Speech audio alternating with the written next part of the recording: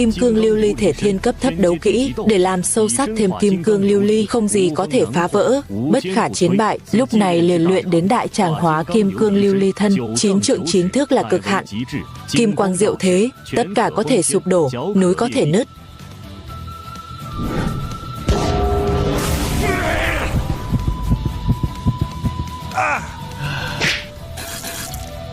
Thảo nào yêu cầu về thể chất quá khắc nghiệt, nếu là đổi thành một người thể chất hơi yếu, tôi e rằng ánh sáng là lần mở rộng đầu tiên trước đó, thân thể sẽ trực tiếp nổ tung.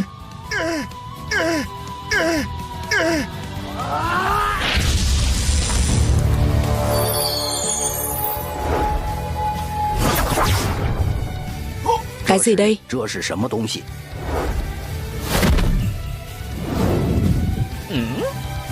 Đây là kim cương lưu ly thể, quả nhiên là có chút độc đáo. Các chủ, đây là Tiêu Viêm. Ha ha ha ha. Đáng tiếc, thân lưu ly kim cương được tu luyện chỉ khoảng 7 trượng, theo đỉnh núi 9 trượng 9 thước, còn rất nhiều khoảng cách. Đừng có không hài lòng, nếu không phải cơ thể của ngươi từ nhỏ đã trải qua đủ loại dược liệu và sự tinh luyện của thiên tài dị bảo, cho dù cho ngươi thêm nửa năm nữa cũng không đạt được. Sau thời gian tu luyện này, hơi thở của tôi cũng hơi tiến bộ. Mãng hoang cổ vực mặc dù nguy hiểm, nhưng trong đó cũng có rất nhiều thiên tài dị bảo khó tìm. Nếu cơ hội chuyến đi này của ta thuận lợi, có lẽ trước khi tìm thấy cây cổ thụ Bồ Đề, đạt đến cửu tinh đấu tôn, hơn nữa đem kim cương lưu ly thể tu luyện thành công, thông tin đã được xác nhận, cây cổ thụ Bồ Đề xuất hiện quả thật là sự thật. Lần này ngươi sẽ dẫn người đến cổ vực mang hoang trước. Gặp phải rắc rối không thể giải quyết, bóp vỡ nó, ta sẽ tới ngay. Sức hấp dẫn của cây cổ thụ Bồ Đề quá lớn, tôi e rằng ngay cả những chủng tộc cổ đại, tất cả đều sẽ ra tay, cho nên muốn thuận lợi lấy được Bồ Đề tâm khó không nhỏ. Vâng. Tinh vẫn các cần tôi phụ trách, vì vậy, con đường phía trước phải dựa vào chính ngươi. Nếu là tiến vào sâu trong cốc vực, thì xé cuộn giấy ra, dù sao thì ở đó, với thực lực của các ngươi, có lẽ sẽ rất nguy hiểm. Vụ hành quyết này quá quan trọng đối với bạn, vì vậy hãy cố gắng, khi nào thì đi, càng sớm càng tốt. Đã tu luyện hơn nửa tháng rồi, trong thời gian này, đã có rất nhiều thế lực tiến vào mang hoang cổ vực, vậy thì bây giờ đi.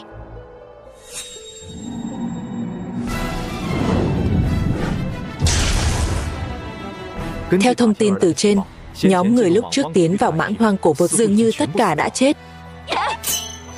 Trong đó còn có một số cường giả cấp đấu tôn. Mãng hoang cổ vực này, mức độ nguy hiểm thực sự đã đạt đến mức như vậy. Vậy thì sao? Ngày mai một số người mạnh mẽ ở đây sẽ cùng nhau vào, chúng tôi cũng theo sau những đội quân lớn. Cái này mang hoang cổ vực, nếu xưng là nhân loại cấm địa, đó chắc chắn không phải là một nơi tốt. Theo sau những người đó, quan sát trước đi.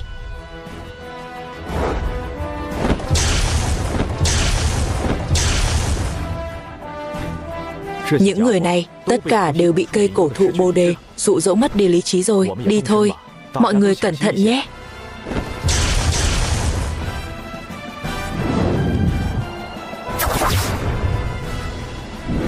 Tăng tốc đi, lần tu luyện này chậm lại rất nhiều thời gian, chắc là một số người quyền lực ở Trung Châu. Tôi e rằng tất cả đã vào trung tâm của thung lũng mang hoang rồi. Nơi này có lẽ cách cây cổ thụ Bồ Đề quá xa, không thể cảm nhận rõ ràng vị trí chính xác của thứ đó. Nhưng từ một chút thông tin phản hồi, trong Bồ Đề tử xem ra, đại khái là hướng này.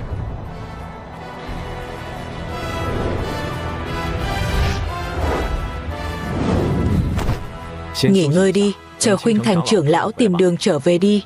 Sức hấp dẫn của cây cổ thụ Bồ Đề quá mạnh, ngay cả những chủng tộc cổ đại sẽ không dễ dàng bỏ cuộc, huống chi những thế lực lớn khác. Nhưng chúng ta đến đây, nhưng lại không gặp được những đội ngũ có thế lực lớn đó. Nằm ở sức mạnh và tốc độ của họ, tôi e rằng tiến độ hiện tại nhanh hơn chúng ta rất nhiều.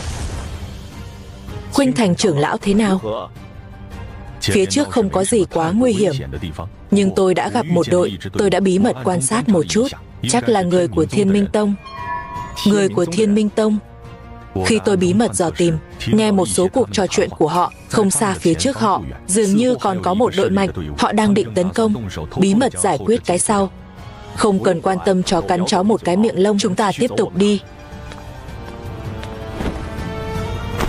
Lực lượng phía trước là bên nào? Hình như là người của Hoa Tông. Hoa Tông cũng đến đây sao? Thiếu các chủ ngài dự định. động thủ giết Thiên Minh Tông.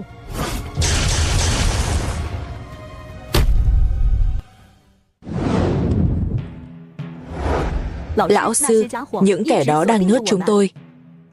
Những tên khốn này của Thiên Minh Tông tấn công khi chúng ta đang đối đầu với kẻ địch, làm cho trưởng lão Thanh Hoa chết thảm dưới bàn tay của hung thú. Nếu là lần này trở về, nhất định phải nâng cao sức mạnh của Quyền Tông, trận chiến đến chết với Thiên Minh Tông. Nhất định không thể bỏ qua những tên súc sinh này. Mấy vị trưởng lão bây giờ không phải nói chuyện này. Thiên Minh Tông truy đuổi không ngừng, rõ ràng là muốn để lại tất cả chúng ta ở đây. Nếu ngay cả tai nạn lớn lần này cũng không thoát được, làm thế nào để chiến đấu với họ?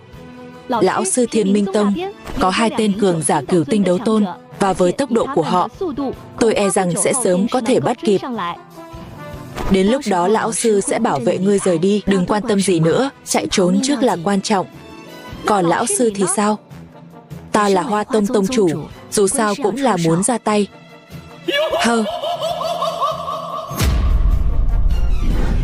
Vân Vận tông chủ, các người không chạy được đâu, tại sao lại ngoan cố và bướng bỉnh? Hơn nữa, có thể để phó tông chủ chúng tôi ưu ái cho bạn, cũng là phước lành của bạn. Đến lúc đó, 2 người các ngươi có cùng một người chồng, cũng là một câu chuyện hay. Vô sỉ.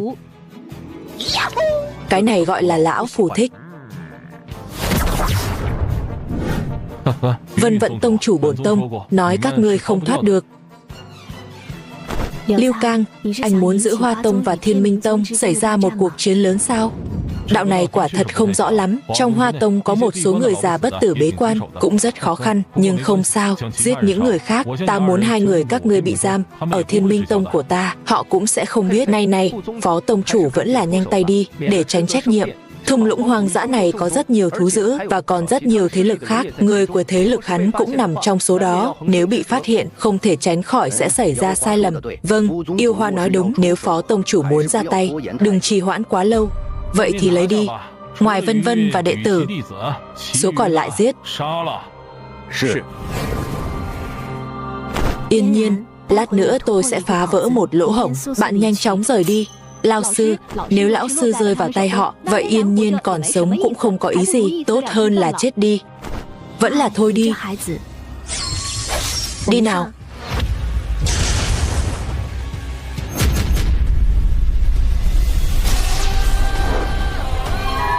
Này, Vân Vận tông chủ, xem ra lần này ngươi vẫn phải rơi vào tay chúng ta.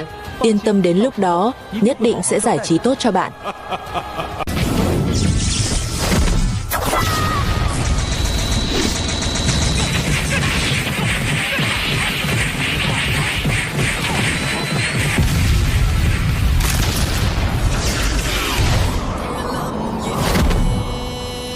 Này, xem ra lần này ngươi vẫn phải rơi vào tay chúng ta.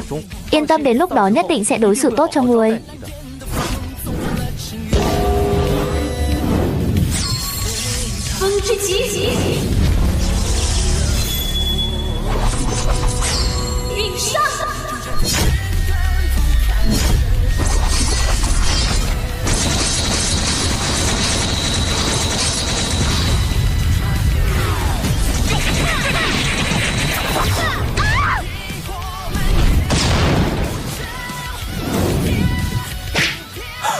Yên Nhiên. Này, đừng để bị phân tâm khi giao thủ với người khác.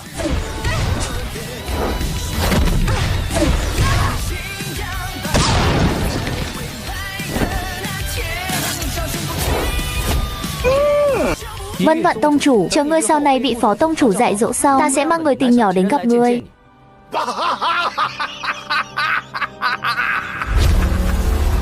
Con chó của Thiên Minh Tông vẫn đáng ghét như vậy.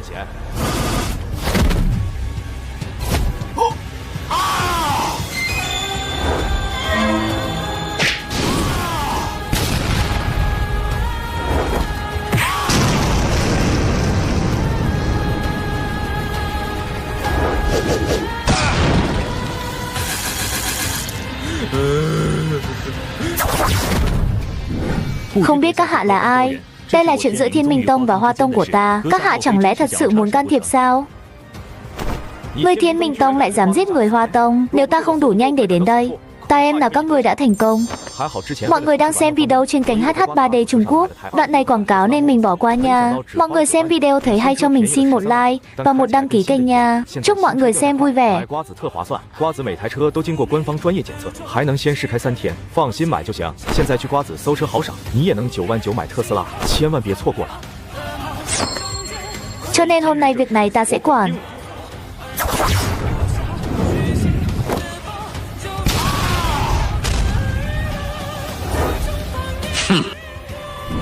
Thằng khốn.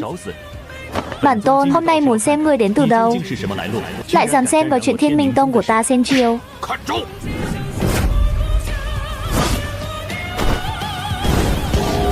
Đại Minh Long Tuyền.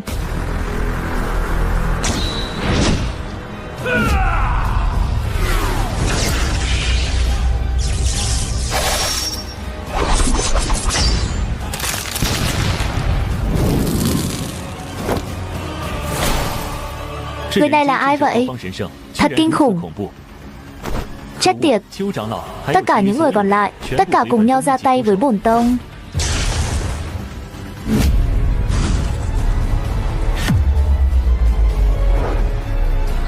Bằng hữu, cẩn thận.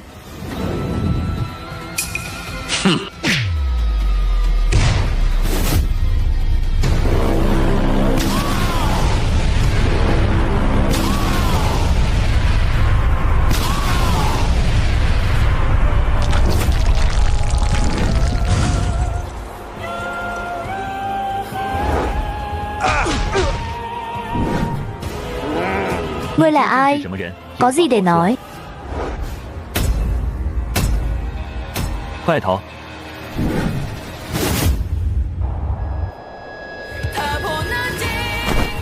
Thằng khốn bổn tôn sẽ tìm lai lịch của ngươi. Ngươi không thể sống sót.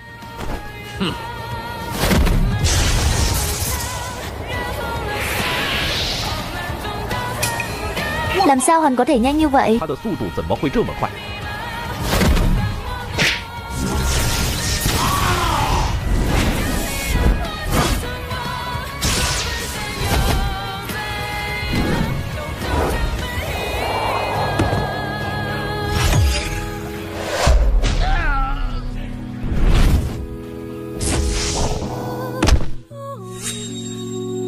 Này, cô là nữ vương Mỹ Độ Toa,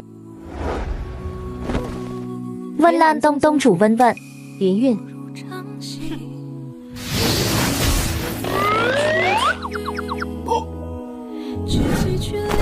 Tiêu Viêm.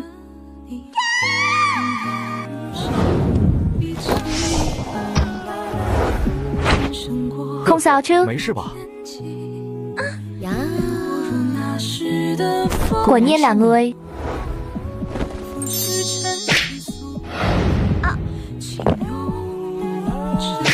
Mang đan đi chia cho người bị thương.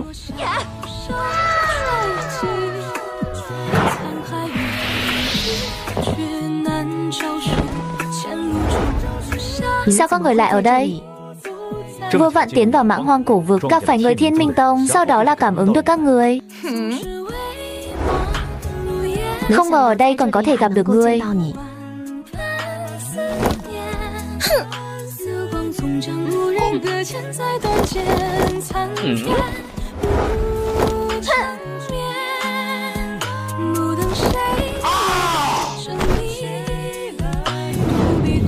Thiếu các chủ, lần này cảm ơn người đã giúp đỡ. Hoa trưởng lão khách sáo rồi. Tinh Vẫn Các và Hoa Tông vốn đã kết giao và Vân Vân cũng là bằng hữu, giúp đỡ cũng là hợp lý. Không biết các ngươi tiến vào cổ vực bao lâu rồi? Gần 5 ngày rồi. Nhưng chúng tôi không có tuyến đường chính xác, vì vậy tốc độ rất chậm. Trên đường đi còn dẫn dắt một đám hung thủ thực lực cực mạnh. Cuối cùng bị người của Thiên Minh Tông ám toán, cũng dẫn đến cái sự ra đi của Thanh Hoa trưởng lão. Trưởng lão có biết đội ngũ của các thế lực khác hiện nay thế nào không? Chắc là họ sắp đến gần. Cổ dục đài của vùng Hoàng Cốc, đó là một nơi còn sót lại từ thời cổ đại. Thông thường hung thú sẽ không đến gần nơi đó. Vì vậy, đó là một khu vực an toàn trong thung lũng. Nhưng chúng ta cách đó rất xa. Tôi em rằng còn gần 2 ngày nữa mới tới. Cổ Ngọc Đài. Chúng ta sẽ đi thẳng về phía đông. Phía tây mặc dù gần hơn một chút, Nhưng con đường chính ở đó, bị một hung thú sức chiến đấu đủ để cùng ngũ chuyển đấu tôn đỉnh phong. Hắn là Viễn Cổ Thiên Mãng. Nếu là muốn xuyên qua thì nhất định sẽ làm kinh động hắn. Viễn Cổ Thiên Mãng. Nàng đã bao giờ nhìn thấy Viễn Cổ Thiên Mãng đó chưa? Còn giao thủ nữa, suýt thì không đi được. Ta sẽ tới đó. Viễn Cổ Thiên Mãng có công dụng lớn với ta. Ta có kế hoạch của mình. Yên tâm đi, mặc dù Viễn Cổ Thiên Mãng rất mạnh, nhưng chưa đủ sức để hạ chúng ta. Nếu đã như vậy, vậy thì cùng nhau đi. Bây giờ chúng tôi có rất nhiều người bị thương, nếu tách ra thì nguy hiểm hơn. Chúng tôi biết đường đi, có thể làm cho ngươi nhanh chóng tìm thấy Viễn Cổ Thiên Mãng. Vậy thì đi thôi, yên tâm, sẽ không để các ngươi xảy ra chuyện gì đâu. Tôi rất tiếc phải nói với anh chuyện này. Mọi người nghỉ ngơi chút đi. Nửa tiếng nữa chúng ta sẽ đi. Cây cổ thụ Bồ Đề xuất hiện, các thế lực lớn tiến về cổ vực. Tiêu Viêm đột phá đấu tôn cửu tinh gặp lại Huân Nhi. Mỗi người che giấu hơi thở, có người đến.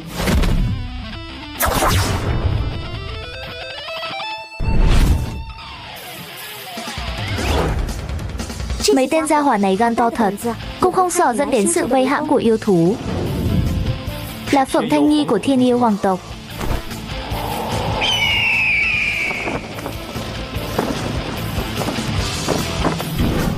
Là uy lực của Thiên Yêu Hoàng.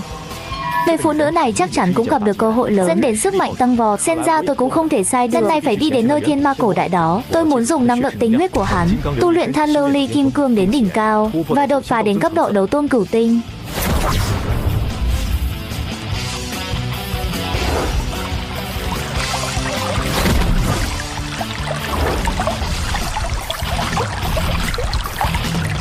Thiên ma mãng cổ đại chính là ở đây. Chuẩn bị động thủ.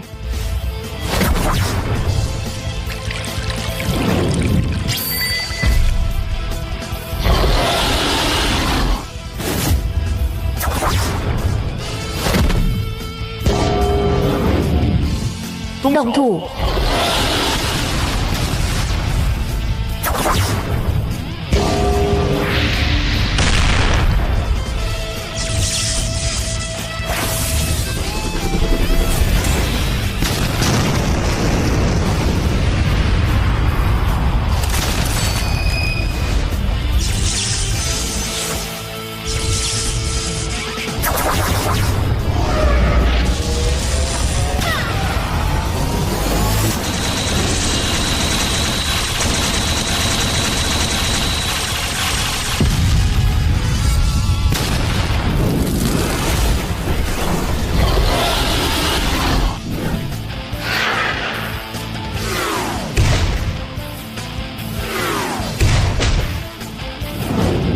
Gã to con này khó đối phó quá. Con thiên mã cổ đại này thực sự khó nuốt. Thân hình mạnh mẽ và linh hoạt, tốc độ nhanh như chớp, khó nắm bắt. Đoạn này quảng cáo nên mình bỏ qua nha. Các bạn đang xem video trên kênh YouTube Trung Anime, nếu thấy hay cho mình một like và một đăng ký kênh nha. Chúc các bạn xem video vui vẻ. 买瓜子特划算，瓜子每台车都经过官方专业检测，还能先试开3天，放心买就行。现在去瓜子搜车豪赏，你也能9万9买特斯拉，千万别错过了。 Tiêu Viêm thiếu gia, hãy để mắt hắn ấy nhìn tôi. Giao hắn cho ta.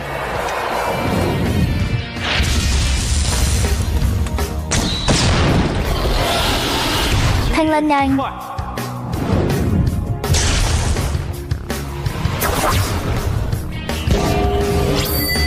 Bích xà tam hoa đồng. Giao giản khai.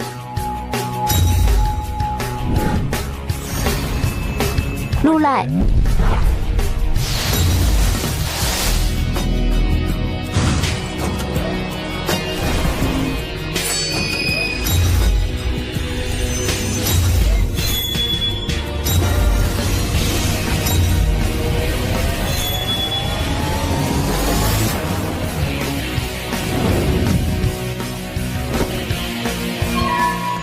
Bích xà tam hoa đồng thật đáng sợ. Nếu không phải ta không phải là người của tộc rắn, ta sợ cũng sẽ giống như con thiên ma mãng đó. Kiểm soát được rồi. Mê mơn, cũng may là trước đó đã tiêu hao rất nhiều sức mạnh của hắn. Thêm vào đó, linh hồn của Mỹ Đô Toa tỷ áp chế, nếu không thì thật sự không thể khuất phục được gã này. Vậy thì dễ đi, nhanh chóng đi tìm Thiên Mãng Chi Địa.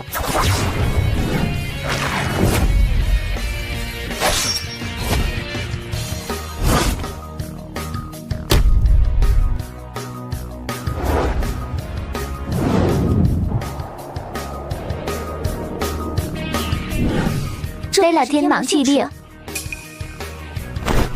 Mê mơn, chắc là thứ này rồi. Tôi có thể ở lại đây 2-3 ngày. Chuẩn bị trong thời gian này, các ngươi cùng Thiên Cổ Ma Mãng cứ ở đây. Ngay cả khi có những người mạnh mẽ, chắc hẳn cũng sẽ không có chuyện gì đến trêu chọc thứ tồn tại như vậy. Sẽ không có gì xảy ra chứ. Yên tâm, năng lượng bên trong tuy bạo lực, nhưng không phải là không chịu nổi. Nếu đã như vậy, vậy thì cẩn thận nhé. Nếu có thay đổi thì gửi tín hiệu. Bản chất cơ thể của tôi là mạnh mẽ, hơn nữa trong cơ thể còn ẩn giấu ấn ký Long Hoàng. Tôi không tin, còn chịu không được Thiên Mãng Chi Địa này.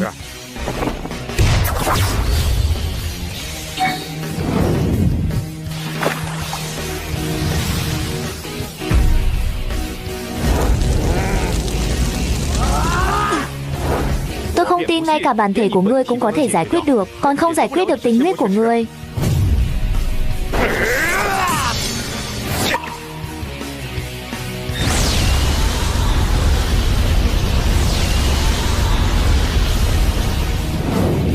Nơi này của thật là một nơi tu luyện hoàn mỹ.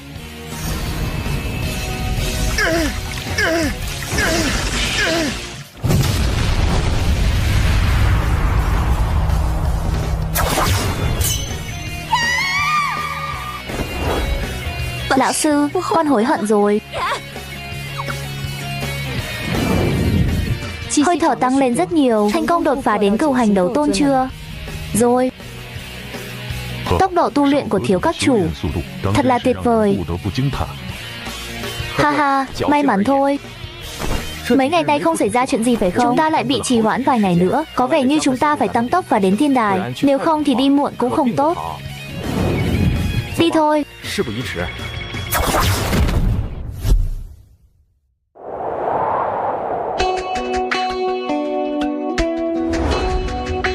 Đây không phải là nơi ngươi có thể lên đây. Cút đi.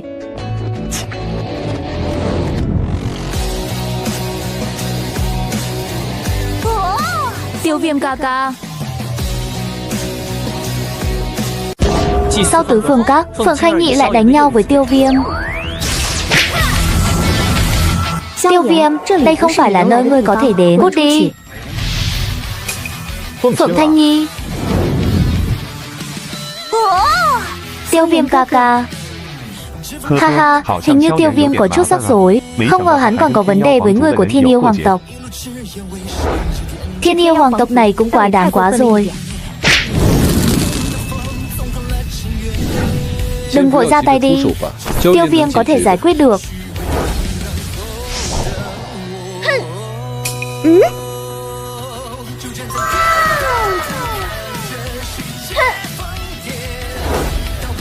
Người phụ nữ tôi bỏ đi không cần để ý.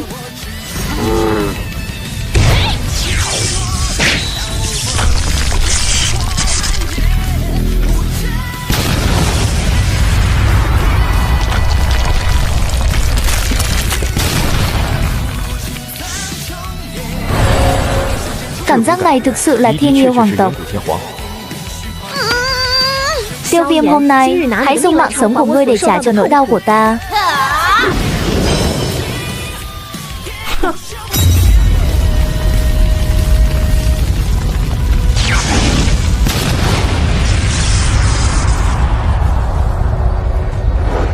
Ngươi là thuốc Tiêu Viêm. Nếu Thanh Nhi muốn giao thủ với ngươi một chút, vậy thì ngươi lên một mình đi. Những người còn lại đừng ra tay nữa. Nếu không, các bạn sẽ bị thiệt hại. Người chịu thiệt có lẽ là các ngươi.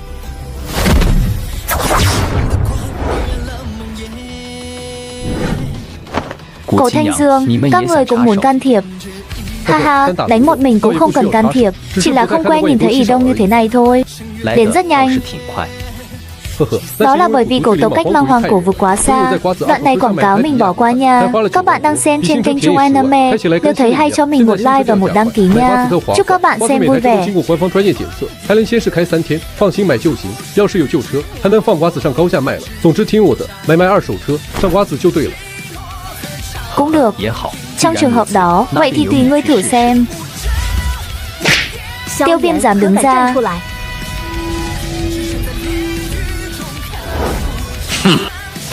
Như ngươi mong muốn.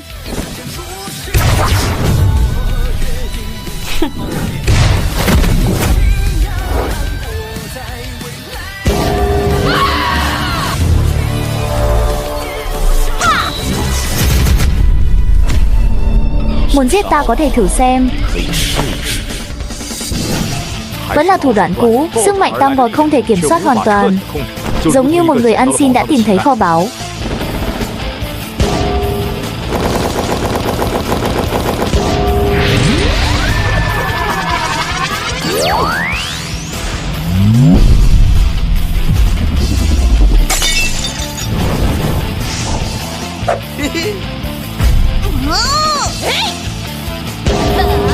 Thiên Hoàng ấn.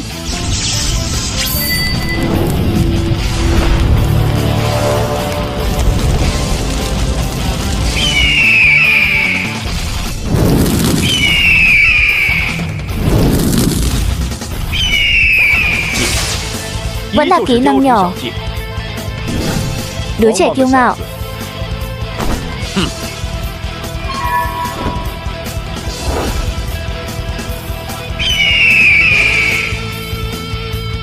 Tiêu Viêm bị chết đi.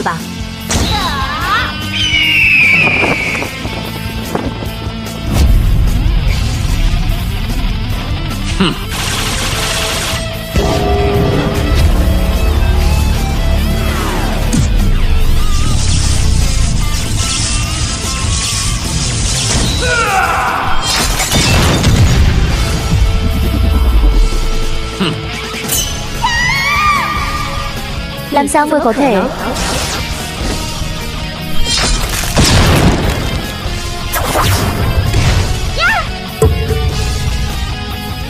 Gì?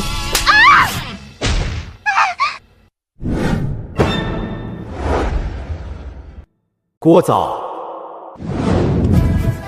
Bất kể sức mạnh của ngươi đến từ đâu, nhưng không bao giờ thuộc về con đường canh co của riêng mình.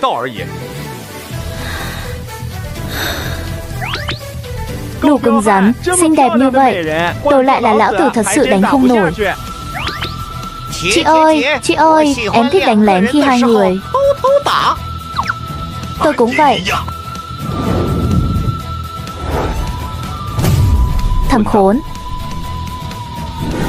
Dừng tay đi. Đưa cô ta về đi.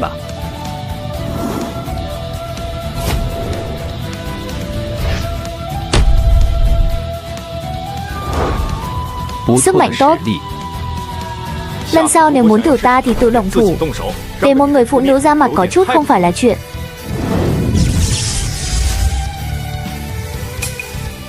Được dạy rồi. Lần sau ta sẽ tự động thủ. Cho bất cứ lúc nào.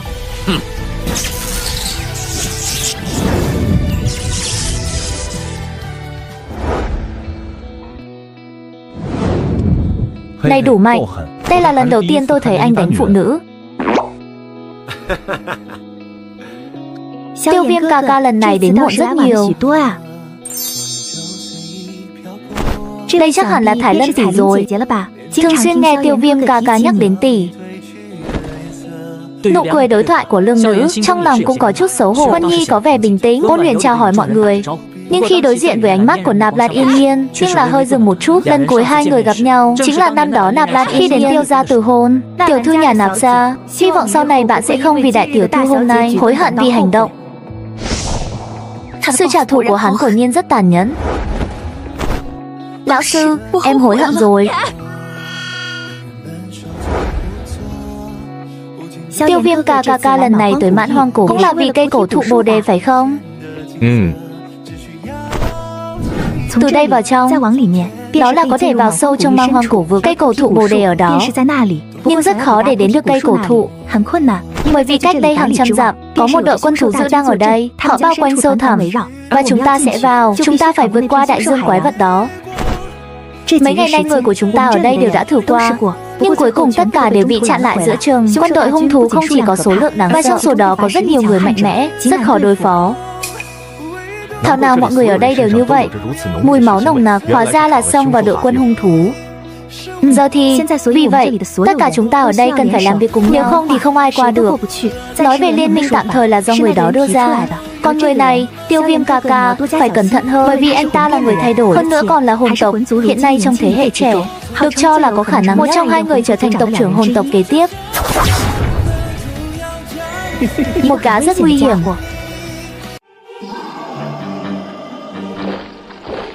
Mãng hoang cổ vực nguy hiểm trùng trùng. Cây cổ thụ bồ đề là sự tồn tại vô cùng quý giá. Muốn có được bồ đề tạo hóa, bạn phải vượt qua nguy hiểm để đến được. Tên này của hồn tộc không thất bại từ khi sinh ra, tất cả đối thủ đều thua dưới chân họ. Hắn có huyết mạch thần phẩm của tộc, sức mạnh không thể đo lường. Thần phẩm huyết mạch. Cái này khác với những người khác. Mở miệng là đánh giết giết, linh hồn mạnh mẽ, người này có vẻ tốt bụng. Trong xương cũng là khá là âm hồn. Khi một vài người giao tiếp, cường giả từ các đại tông môn cũng lần lượt đến ngư trường, nhất định phải vội vàng đi qua tìm kiếm cây bồ đề cổ thụ. Nếu bạn có thể tìm hiểu dưới cây bồ đề, đó nhất định là sự hủy hoại vô thượng. Lần này có phải lại bắt đầu xông và bị ảnh hưởng bởi cấm chế không? Vâng, những người ở đây đã được tập hợp xong, sẽ lại cùng nhau lao vào phá cấm chế. Nếu không, bất kỳ lực lượng nào ở đây không thể vào cấm chế suôn sẻ. Số lượng quá đáng sợ, đến lúc đó người của chúng ta sẽ tụ tập lại với nhau đi. Nhiều người hơn một chút thì phải an toàn hơn một chút. Mọi người, tình hình hiện tại của chúng ta hẳn là mọi người đều rõ ràng. Mục tiêu của chúng ta tất cả đều là cây cổ thụ bồ đề ở sâu trong thung lũng. Còn sau khi đến đó, chúng ta có bất đồng không? Điều này đối với chúng tôi bây giờ một số quá xa, bởi vì bây giờ chúng ta không có một thế lực nào có thể vượt qua cấm chế đó. Cơ hội duy nhất của chúng ta là tất cả mọi người đoàn kết lại với nhau, thành lập một liên minh. Giống như một viên đá mũi tên hung hăng cắm vào bị ảnh hưởng, dựa vào sức mạnh của tất cả chúng ta mới có thể xé toạc tuyến phòng thủ đó ra. Nếu không, cây cổ thụ bồ đề vô vọng, liên minh của chúng tôi không có bất kỳ sự khác biệt cao độ nào. Vì vậy, sẽ không có chuyện ai ra lệnh cho ai. Cho nên mọi người cứ yên tâm, sự cố chấp này không có bất kỳ lợi ích nào. Tất nhiên, nếu người cảm thấy không đáng tin có thể ở lại đây, bên dưới sẽ không ép buộc. Nhưng như vậy, tôi em là các vị sẽ về tay không? Hồn Ngọc Hùng nói rất đúng, lần này Thiên Yêu Hoàng tộc liền theo các ngươi xông lên một lần. Ha ha, vậy thì cảm ơn Cửu Phượng huynh rồi. Hay đấy, ở lại đây chẳng được gì cả. Tốt hơn là cùng nhau xông vào. Gã kia hình như cũng không phải là đèn tiết kiệm nhiên liệu. Thằng đó tên là Cửu Phượng, danh tiếng trong giới ma thú không nhỏ. Hơn nữa cũng đã xác định rồi, kế tiếp Thiên Yêu Hoàng tộc tổ trưởng. Đôi mi tớt màu đồng là do công pháp hắn tu luyện. Phần lớn kỹ năng đấu của hắn đều là tu luyện mắt đồng, rất hiếm, cũng khá khó đối phó. Nếu mọi người không có ý kiến, vậy bây giờ chúng ta sẽ làm gì? Lúc này thưởng cho tôi là thời khắc lười biếng nhất của hung thú.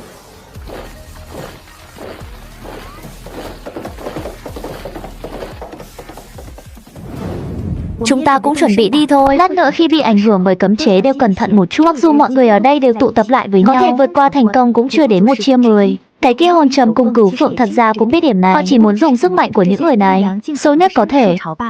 Đợi đến lúc đó, họ có thể dựa vào sức mạnh của mình đột phá kịp thời, và những người còn lại hầu hết sẽ trở thành lương thực của thú dữ. Những người này vẫn là quá nhỏ xem mang hoang cổ vực, như vậy đều không thể vượt qua được. Mọi người,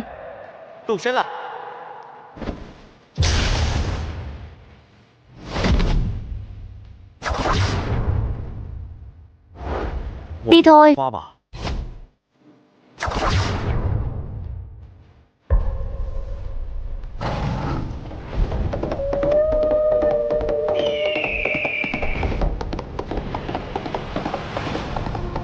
Đây chính là mãng hoang cổ vực bị thú triều sao? Thật là khủng khiếp. Sau khi bị ảnh hưởng bởi cấm chế là cây cổ thụ bồ đề sao? Phía trước là bị ảnh hưởng bởi cấm chế. Bây giờ là thời điểm tốt nhất để bị sốc, vì liên minh được đề cập ở bên dưới. Vậy đây là độ nguy hiểm nhất. Sẽ có người của tôi tạm thời thay thế, nhưng đợi đến lúc đó họ sẽ cướp. Chính là phải trả lại đủ người đi lên. Cá này sẽ tốt hơn thế. Mọi người chuẩn bị đi.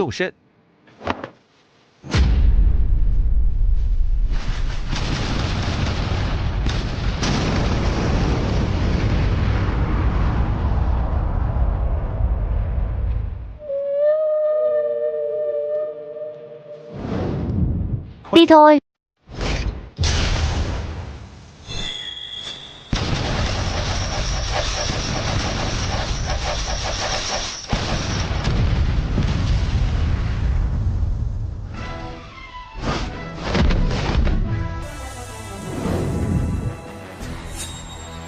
Tiêu Viêm ca ca, đội này sắp tan nát rồi. Đến lúc đó nếu là đám người hồn trầm đi trước, chúng tôi sẽ theo kịp. Con đường phía sau là phải dựa vào chính chúng ta.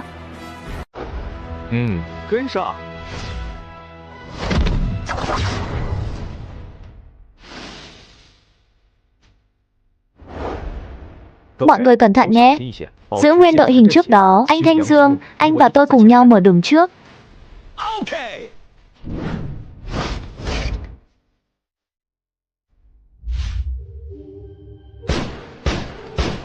Bất cứ ai từng là Goblin đều biết, mặc dù họ là chủng tộc trí tuệ thấp kém, nhưng lại có dũng khí sánh ngang với đấu thánh cường giả.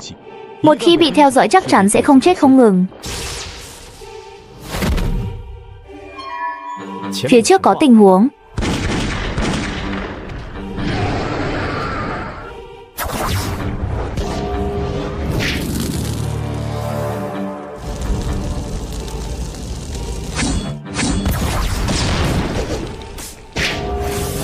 Phá Hải Nhi.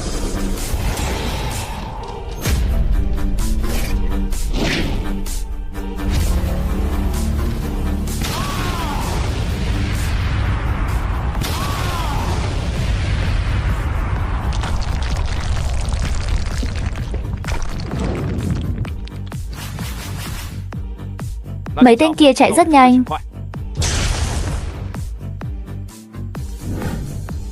Huân Nhi còn bao xa nữa? Chúng ta đã đến độ sâu bị ảnh hưởng bởi cấm chế. Với tốc độ này, trong vòng nửa giờ sẽ có thể đột phá suôn sẻ. Tất nhiên, tiền đề là không gặp phải cái gì khó khăn hung thú. Ngay cả chúng ta cũng chưa từng đến đây, chỉ có thể dựa vào một số thông tin nhận được từ tộc để đoán. Nửa tiếng à? Tăng tốc độ, đừng để bị thú triều đầu độc hoàn toàn.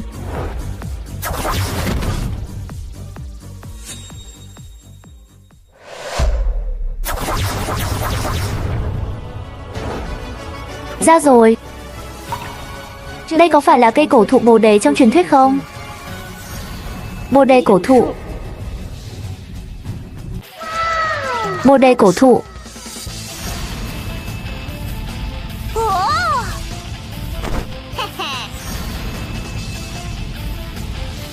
Người của hồn tộc En rằng đã qua rồi. Chúng ta cũng nhanh lên.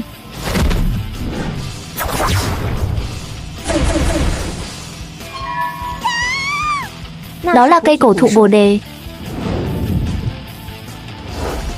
Đuổi theo họ.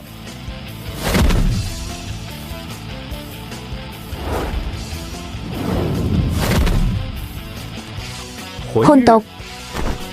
Thằng này sẽ thành thật chờ đợi ở đây. Không nắm lấy cơ hội đầu tiên chắc chắn là có tính toán. Cẩn thận. Cây cổ thụ bồ đề là một kho báu đủ để xếp hạng trong top 3 lục địa đấu khí. Nếu như nói hắn không có nguy hiểm, tôi em rằng điều đó là không thể. Thêm vào đó, nếu như cây cổ thụ này thật sự tồn tại vô số năm, lẽ ra phải sinh ra trí tuệ của chính mình từ lâu rồi.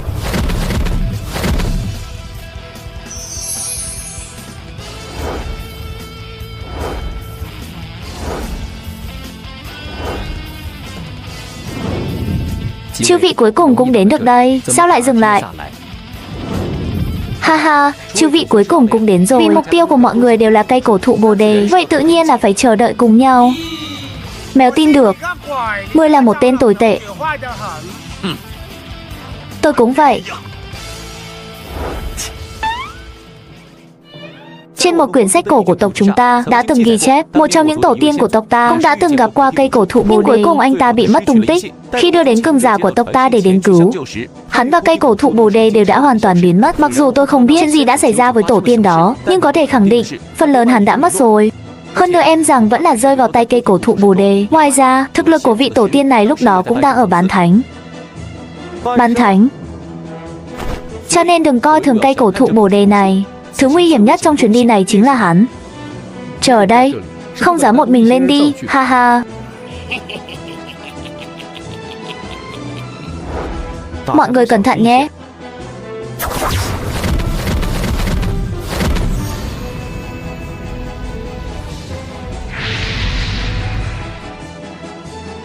Tiêu Viêm thiếu gia, cây cổ thụ bồ đề này có chút không đúng lắm. Trong khí tức dường như sống động đó, có một loại khí xám lạnh lẽo. Những khí xám này có rất nhiều cảm xúc tiêu cực giống như con người.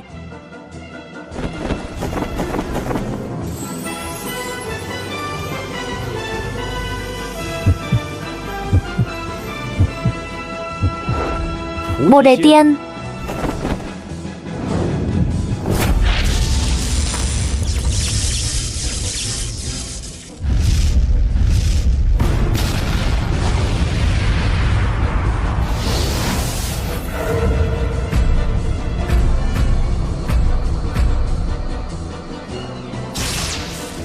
Bán thánh cường giả.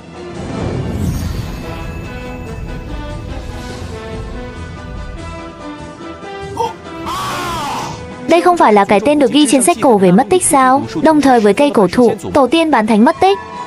5 vị bán thánh cường giả này trong cơ thể không có bất kỳ sinh mệnh nào, không có linh hồn. Họ chỉ là những con rối. Giờ thì sao? 5 tên bán thánh, tất cả mọi người ở đây cộng lại, tôi e rằng rất khó để trở thành đối thủ. Những người chúng ta hợp tác chắc là có thể cùng một tên bán thánh cường giả giao thủ. Các vị bây giờ có dự định từ bỏ không? Nhìn này, dường như chỉ cần không tiến lên nữa, những con rồi bán thánh này sẽ không xông lên. Nói cách khác, nếu từ bỏ ngay bây giờ vẫn còn cơ hội.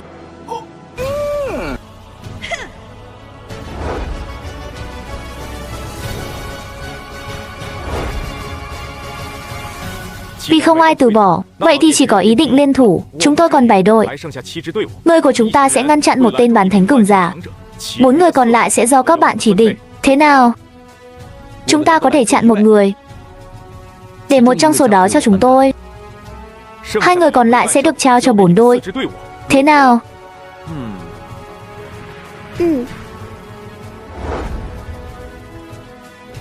Nếu không có vấn đề gì, vậy xuống tay đi.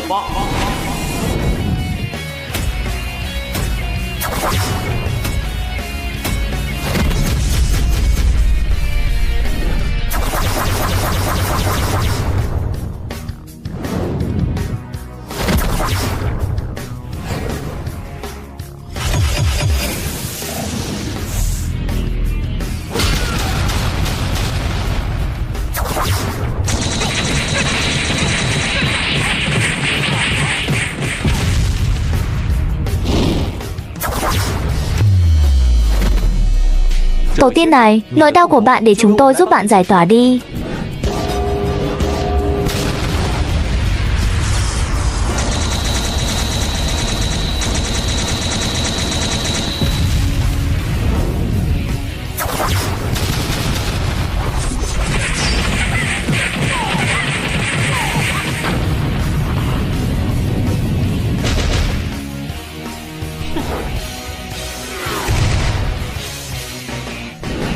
Đấm vào đầu hắn.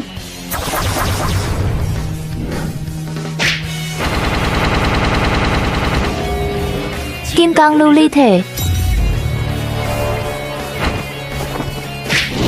Đập cấp 8.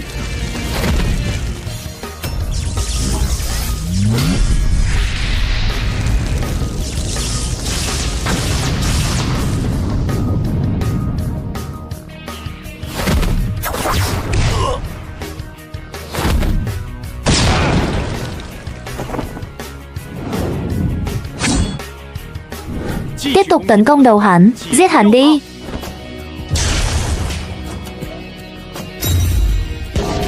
Đại界灭指。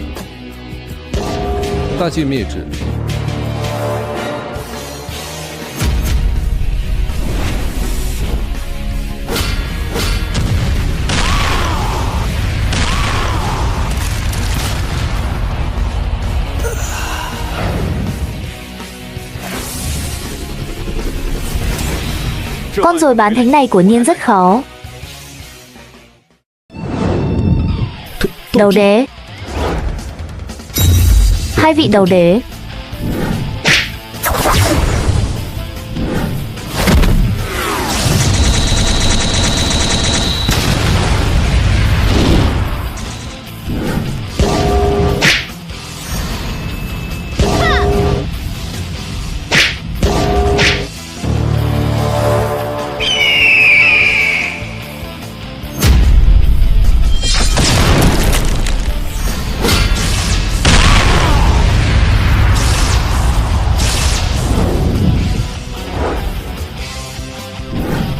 Tiêu Viêm ca ca, chúng ta có cần phải làm gì không? Không cần quan tâm đến chúng ta. 管好我们自己便可。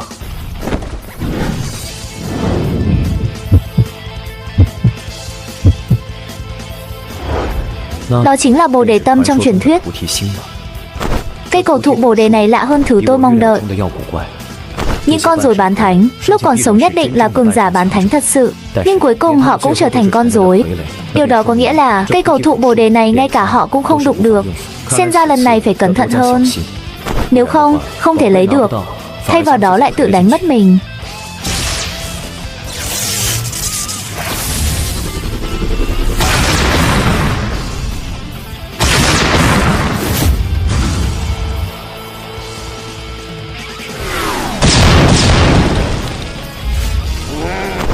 Đồ chết tiệt.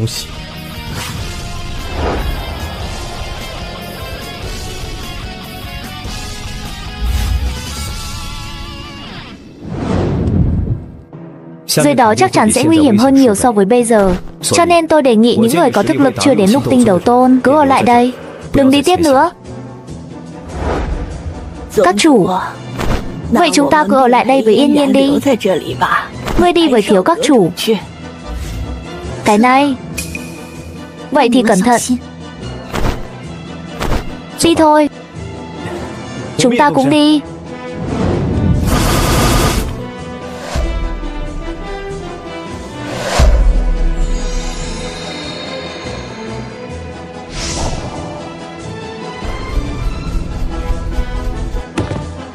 Chuyện gì vậy? Đây là Mãng Hoang cổ vực.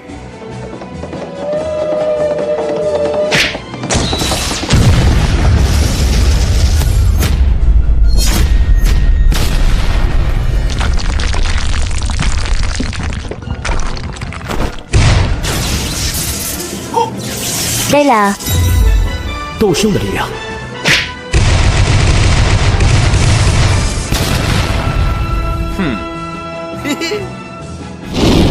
Hồn điện hồn tộc. 魂族， Ta muốn tiêu diệt hoàn toàn.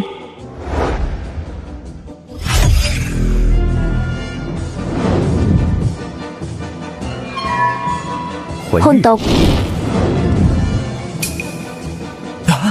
Chạy đi.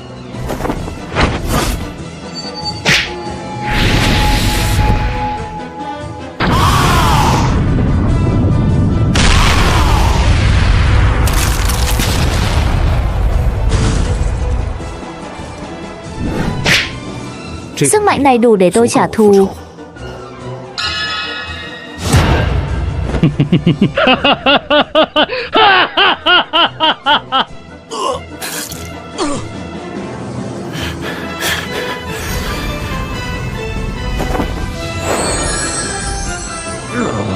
Không hổ là cây cổ thụ bồ đề. Loại ảnh sống động này có thể được tạo ra, nhưng cũng khiến những người trong đó không thể phát hiện ra. Ở đây sức mạnh của tôi tuy mạnh mẽ, đó cũng là điều tôi theo đuổi cả đời. Nhưng đáng tiếc đó luôn là giả. 那始终是虚假的。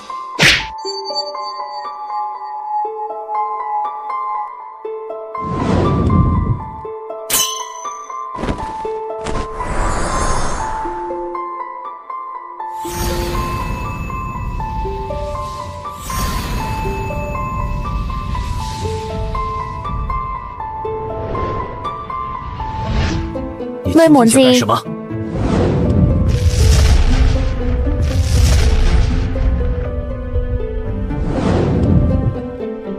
Đầu đế.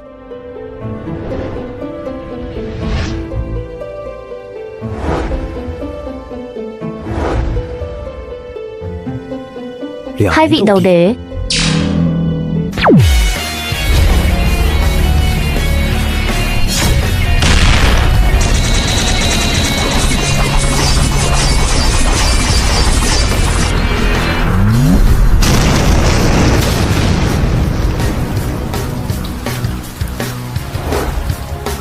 Ngươi muốn tôi giúp ngươi loại bỏ linh hồn độc ác đó.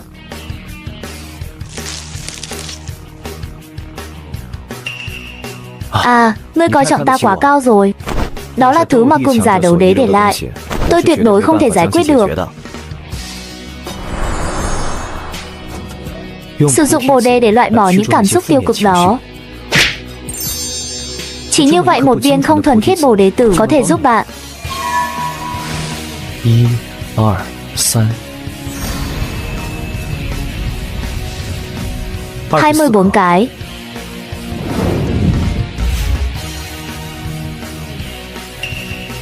Sử dụng bồ đề tử để loại bỏ cảm xúc tiêu cực cũng quá trắng để nói một chút.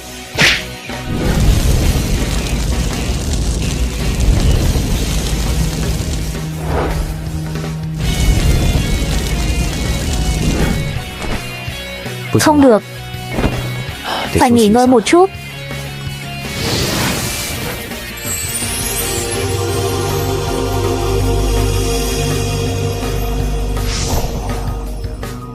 Cây cổ thụ bồ đề thật đáng sợ.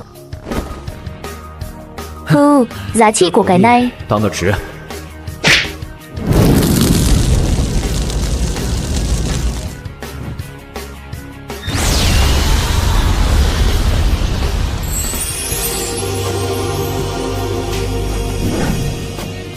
Hoàn toàn rõ ràng rồi. À, rõ ràng là được 清楚了 rồi. 就好啊。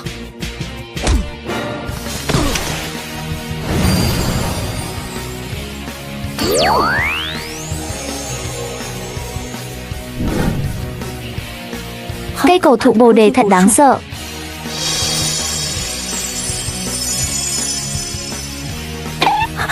Tiêu Viêm ca ca. Quân Nhi, đừng bốc đồng, đây có thể là kỳ tích của hắn. 机缘。 Tiêu Viêm dưới gốc cây bồ đề, trải qua trăm đời luân hồi, đột phá đến đỉnh cửu chuyển đấu tôn. Tiêu Viêm ca ca. Làm sao có thể để thằng nhóc này dẫn trước? Tôi biết là ở bên ngoài, nên là tộc tôi, phái cường giả sử dụng không gian ngự kiếm triệu hồi đến đây.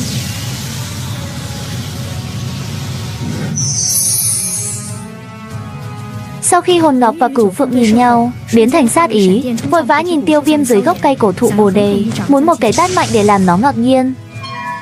Hồn ngọc các người dám. Đừng bốc đồng. 不要冲动。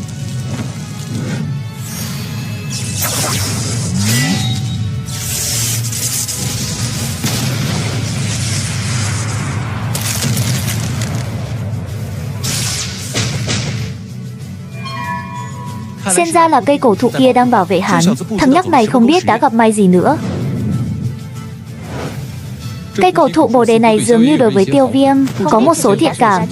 Theo điều kiện bình thường, Tiêu Viêm hẳn là cũng rơi vào trong hoa cảnh mới đúng. Mê mông, ở đây dường như không thể ra được. Tôi đã thử rồi, không thể xé ra một chút vết nứt không gian. Bây giờ chỉ sợ là chỉ có thể chờ đợi Tiêu Viêm ca ca tỉnh lại. Bây giờ chỉ có thể chờ thôi. Nhưng ở đây sức sống vô cùng mạnh mẽ. Chờ một chút thời gian đến cũng không thành vấn đề.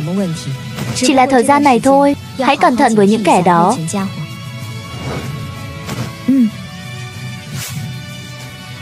Một tháng sau, Tiêu Viêm mắt mở ra, biến động kỳ lạ trong không gian, trực tiếp vào linh hồn.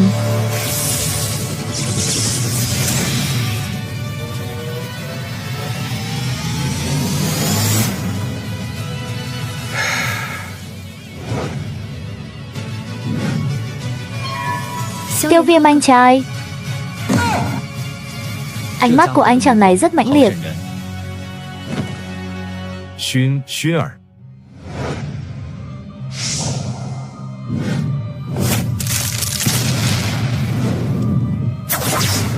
Cuối cùng cũng về rồi. Tiêu Viêm ca ca không sao chứ? Không sao. Cảm ơn.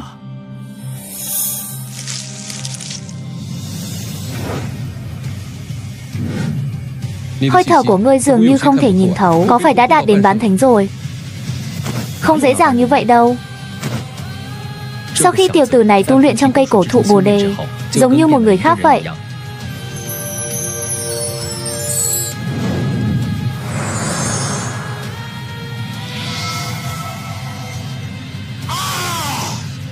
Bồ đề tử. Tất cả đều là bồ đề tử. 快抢！ Này,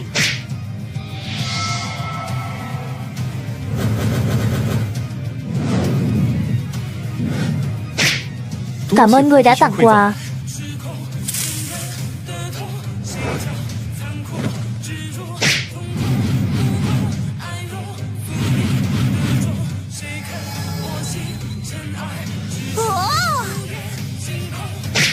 Đa tạ huynh đệ. Ha ha, chuyện nhỏ.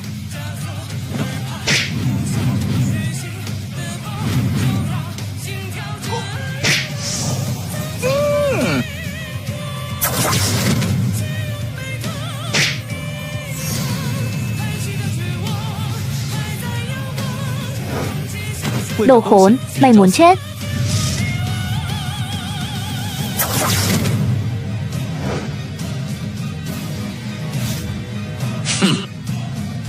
Tiêu Viêm, chúng ta cùng nhau vào cây cổ thụ Bồ Đề, trải qua rất nhiều cấp độ. Bây giờ ngươi lại là muốn đem Bồ Đề từ một tay lấy đi, hơi vô lý.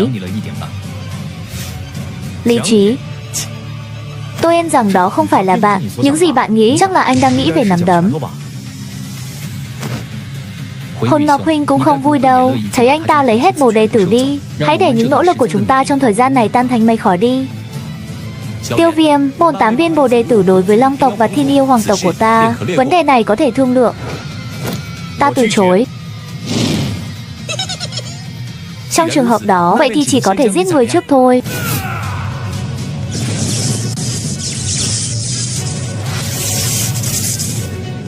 Hỗn Ngọc, ngươi thật sự muốn gây đại chiến giữa cổ tộc và hồn tộc không thành.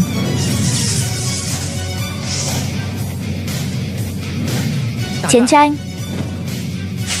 Hồn tộc ta chưa bao giờ sợ cổ tộc. Để các người bình yên lâu như vậy cũng chỉ là cho các người thêm chút thời gian. Thật sự tưởng hồn tộc ta không dám động đến các người. Danh hiệu gần đây của ngươi trong hồn tộc của ta truyền không nhỏ. Ngay cả Từ Thiên Tôn cũng sẽ thất thủ mà trở về. Lúc đầu tôi nói muốn làm thì làm sớm hơn, nhưng những ông già đó có vẻ vô tình quan tâm. Điều đó đã giúp anh sống đến bây giờ. Nhưng tôi nghĩ chuyện này cũng kết thúc rồi. Tiêu Viên giao cho tôi, Cửu Phượng huynh, những người còn lại tùy thuộc vào thiên yêu cổ tộc của ngươi và những hồn tộc cường giả khác ngăn lại. Tôi muốn thẳng nhóc Tiêu Viêm, nhưng Hỗn Ngọc huynh đã mở miệng, vậy thì giao hắn ta cho huynh đi. Làm đi.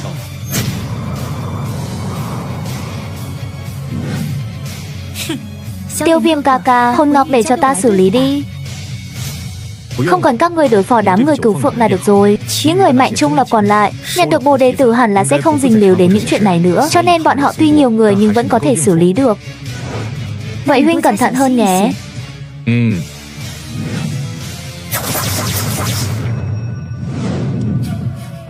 Sa đá cổ đế chắc là trong tay ngươi. Muốn đến đây lấy nhé. Hắn khốn mạnh miệng.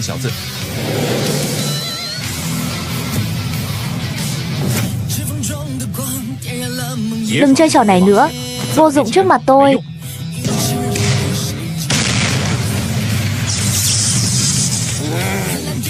Cái gì cửu chuyển đấu tôn đỉnh?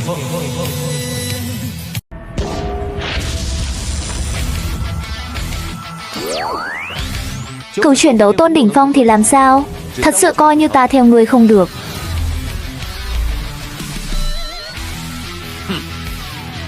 Bắt chuyển đấu tôn đỉnh phong, nhưng vẫn chưa đủ.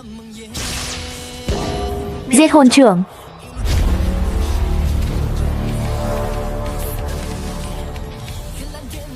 Ta đã nói không đủ.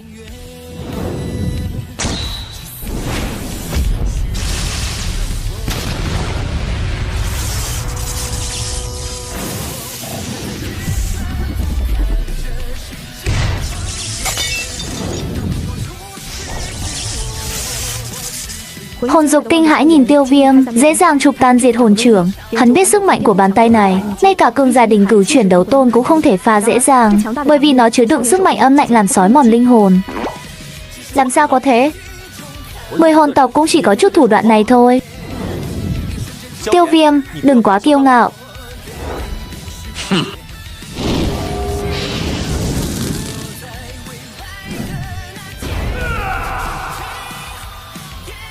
Không kháng cự.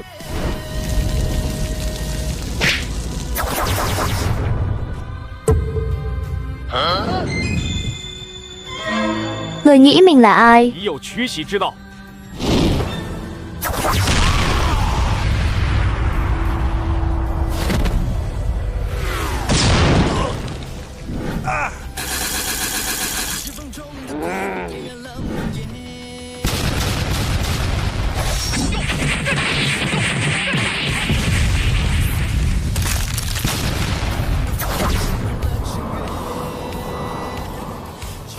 Hồn dục lại nhanh như vậy đã bị hắn ta thu dọn rồi.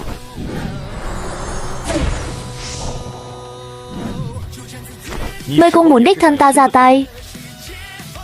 Mắt Cửu Phượng nhấp nháy, cuối cùng là nuốt được lửa giận và ý giết người trong lòng. Lúc này đang thể hiện ý định giết người gì, không nghi ngờ gì nữa, nó sẽ chỉ dẫn đến kết cục như bùn. Hôm nay đại thế đã qua rồi, tiểu tử này đã mạnh lên, chỉ có thể để những thái thượng trưởng lão trên đường đi trước khi có thể dọn dẹp nó.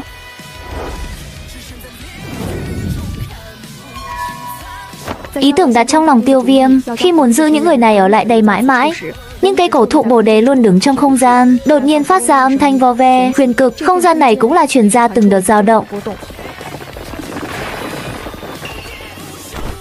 Không gian sắp sụp đổ sao?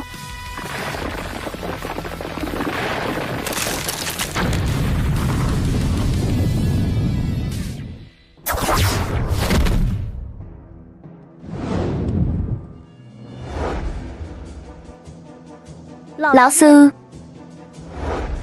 Yên nhiên. Cuối cùng cũng ra rồi. Khi mọi người vừa mới may mắn thoát ra khỏi ảo cảnh, cây cổ thụ bồ đề đột nhiên run rẩy dữ dội, giải phóng một vòng ánh sáng xanh lá cây, mặt đất như biến thành chất lỏng. Cây cổ thụ từ từ chìm xuống. Mọi người lộ mặt không cam lòng, bởi vì một khi cây cổ thụ ẩn thân, ngay cả đấu thánh cường giả cũng không thể tìm được. Tạm biệt hắn, tôi em rằng phải đợi đến lần sinh tiếp theo sau hàng ngàn năm nữa. Đáng tiếc là bồ đề tâm chưa từng thấy.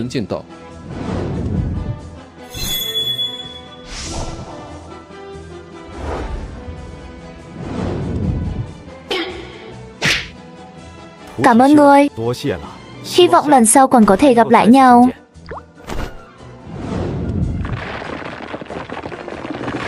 Nhìn thấy cây bồ đề cổ thụ hoàn toàn biến mất, Tiêu Viêm thở dài. Đột nhiên, không gian bị biến dạng dữ dội như tù nhân, nghiêm túc phong tỏa chúng. Bất kỳ biến động không gian nào cũng không thể thâm nhập được. Chỉ thấy Kiều Phượng thi triển thiên hoàng ảo ảnh du ngoạn chân trời, cả bầu trời được bao bọc bởi nó. Biến động chính là từ trong cơ thể nó tràn ra. Tiêu Viêm cũng là tức giận. Xem ra vị tộc trưởng tiếp theo của Thiên Yêu Hoàng tộc định đổi người rồi. Hồn dục còn chưa ra tay.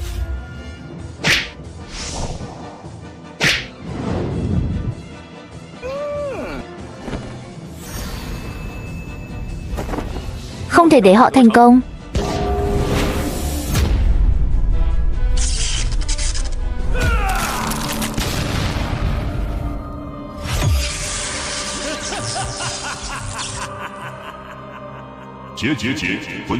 Không ngờ ngay cả người cũng không giải quyết được. Đứa trẻ đã chết.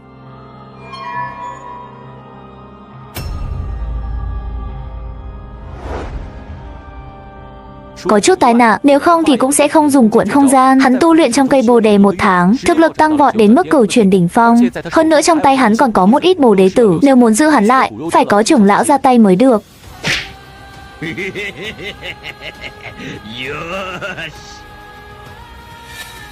Không ngờ thằng nhóc này lại có cơ hội như vậy. Nhưng tên khốn này đã triệu hồi kẻ mạnh trong tộc.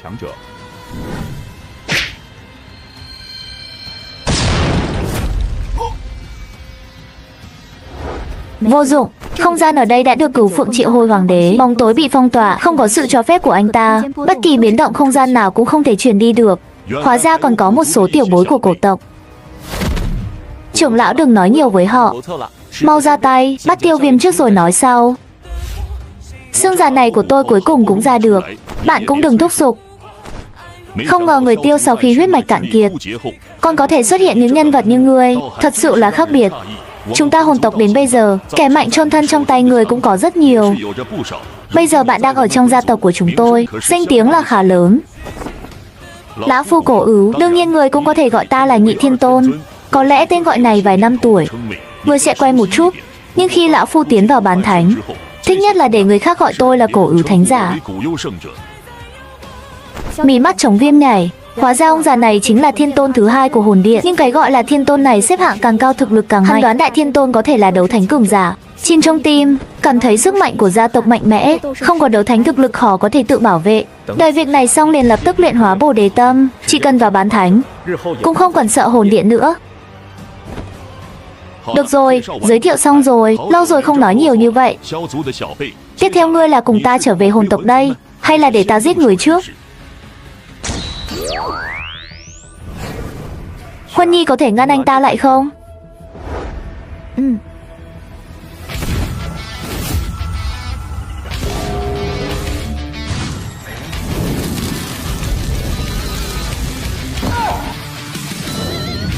muốn hợp nhất một nhóm sao?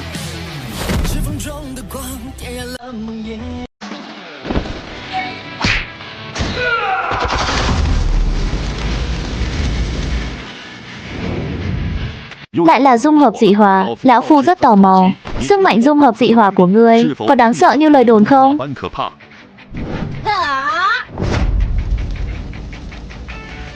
Truyền thừa của cổ tộc, chủ nhân dòng máu thần phẩm. Ngươi được mệnh danh là dòng máu cổ tộc hoàn mỹ nhất, tiềm năng thật đáng sợ. Nhưng bây giờ ngươi vẫn chưa phải là đối thủ của lão phu.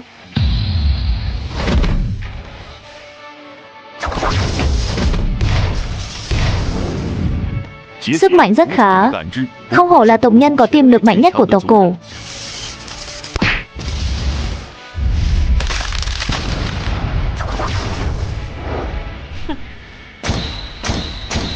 Kim địa hỏa thiên nham.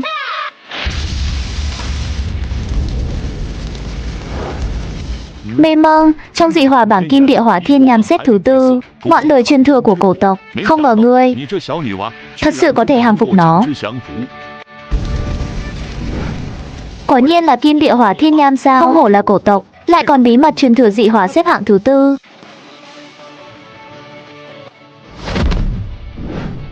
Quân Nhi, để ta giúp ngươi. Không, tôi có thể xử lý hắn một mình. Đoạn này quảng cáo mình bỏ qua nha. Các bạn đang xem trên kênh Chu Anime. Chúc các bạn xem video vui vẻ. Nhớ cho mình xin một like và một đăng ký kênh để mình có động lực ra video nha. 这么便宜，靠谱吗？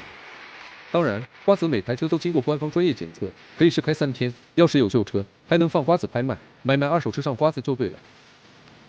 接下来交给我吧，放心，我能应付。Nghe nói kim địa hỏa thiên nham có thể đốt cháy đấu khí. Lão phu muốn xem, hắn có đúng như lời đồn không?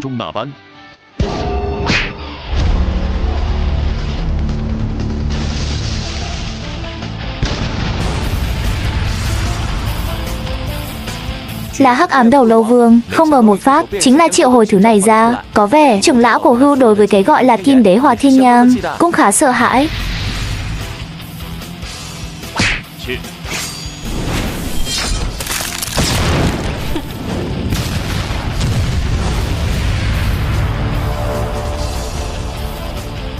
Nhìn cho tôi.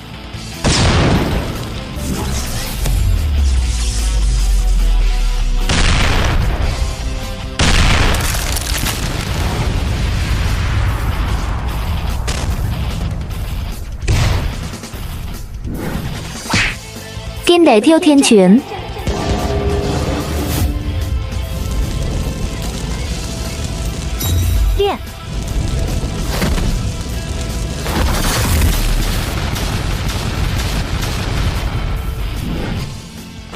Không hổ thẹn là kim đế hỏa thiên nham, lửa tuy mạnh, nhưng với sức mạnh của ngươi nhưng không thể hoàn toàn phát huy đến cực điểm.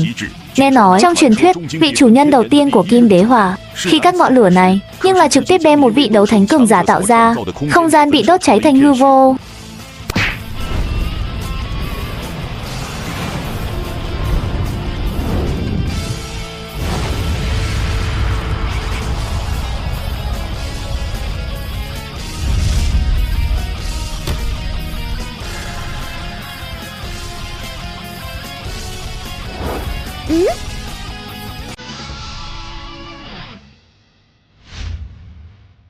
Xem lão phu làm thế nào để xé nát ngọn lửa này của bạn.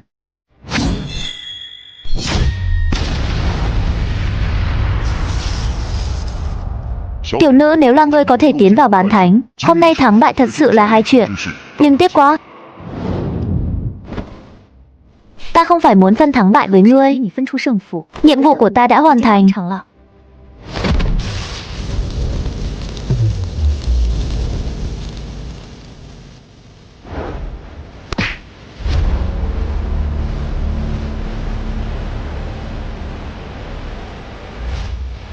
Đây là từ sau khi hợp nhất dị hỏa đó sao? Trong ngươi thời gian lâu như vậy, hy vọng bạn không làm lão phu thất vọng.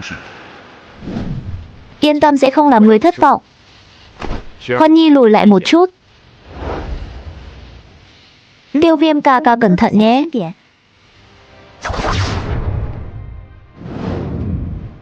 Chúng ta cũng lùi xa hơn một chút. Tiêu Viêm, giao chiến với cường giả bán thánh. Trong trường hợp đó, vậy thì để lão phu nói cho người biết, giữa đầu tôn và đầu thánh, khoảng cách không thể bù đắp đó, nó lớn như thế nào.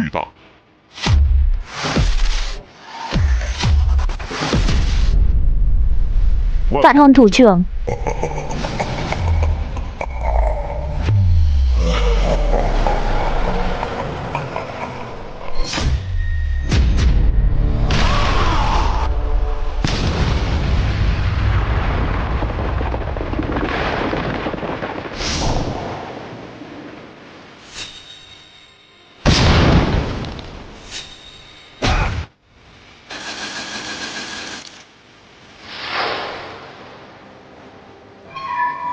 Con ma già này đã chịu đựng được. Rất tốt. Có thể làm cho những tên đó bỏ mạng. Tiêu Viêm, ngươi thật sự có những bản lĩnh này. Nhưng cho dù ngươi có thể làm cho lão phu bị trọng thương, nhưng lão phu vẫn có thể lấy mạng ngươi.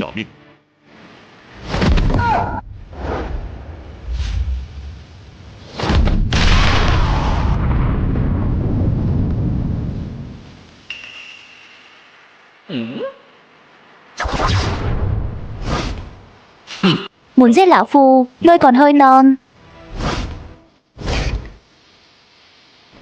Kể từ hoa sen lửa đáng tự hào của bạn đã được sử dụng rồi, vậy tiếp theo thì đi với lão phu đi.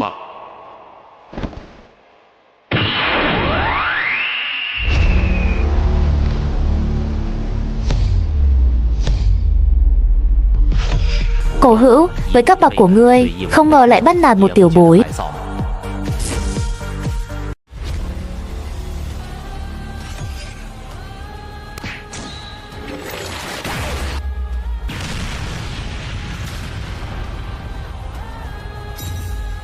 Lão già khốn khiếp, đối với tiểu bối ra tay cũng không cần quá đáng vậy. Dực Trần. Lão sư, tại sao người lại ở đây? Ngươi ở cổ vực lâu quá rồi, ta không yên tâm lắm, tự mình tìm thời gian để đến đây, không ngờ lại gặp ngươi. Chỉ trong vài tháng, thực lực của ngươi lại có chút cải thiện, đáng làm tôi ngạc nhiên. Cổ Ưu, ngươi cũng là người nổi tiếng trên Trung Châu, mang danh tiền bối, hôm nay cũng không biết xấu hổ. Trong mắt hồn tộc ta, không có gì phải xấu hổ cả, miễn là có thể hoàn thành nhiệm vụ, chúng ta có thể làm bất cứ điều gì. Ngươi cùng lão phu nói lời này thật là quá mức buồn cười. Ta quen mất rồi, các người không có nguyên tắc. Bắt nạt hậu bối cũng chẳng là gì cả, nếu không hai người chúng ta đánh nhau thử xem thế nào. Đừng kiêu ngạo trước mặt lão phu. Kẻ mạnh của hồn tộc ta cũng không phải là tinh vận các của ngươi có thể so sánh được. Nếu lão phu mời một trưởng lão trong tộc, xem ngươi có thể làm gì.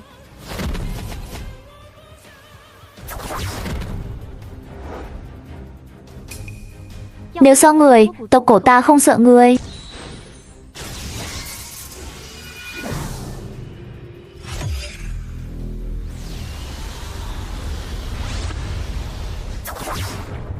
Ha ha, không ngờ ở đây lại náo nhiệt như vậy.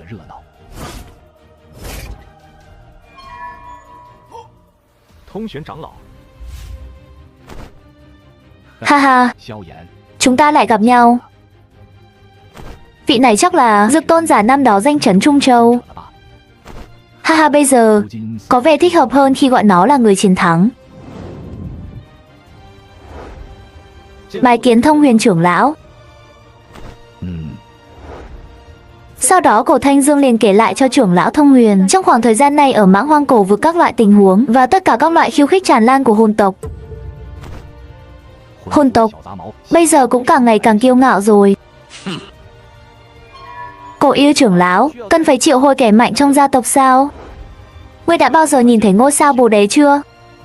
Không thấy. Vậy thì rút lui đi, những người có chân cũng ở đây. Chúng ta một lần nữa kêu gọi kẻ mạnh, vậy thì chắc chắn họ cũng sẽ làm như vậy. Trong trường hợp đó, chúng ta chắc chắn sẽ tiết lộ một số sức mạnh, điều đó không tốt cho chúng ta. Thông Huyền, ngươi cũng không cần phải nói nhiều, chờ lão phu hồi phục. Ngươi muốn gì, ta tiếp bất cứ lúc nào. Mong quá đấy. Ngoài ra nhắc nhở một tiếng Tiêu Viêm, người của hồn tộc của ta còn chưa có, không đến được tay tinh vận các, sẽ bị linh hồn ta hoàn toàn dẫm thành đống đổ nát. Trân trọng thời gian tận hưởng cuối cùng này đi.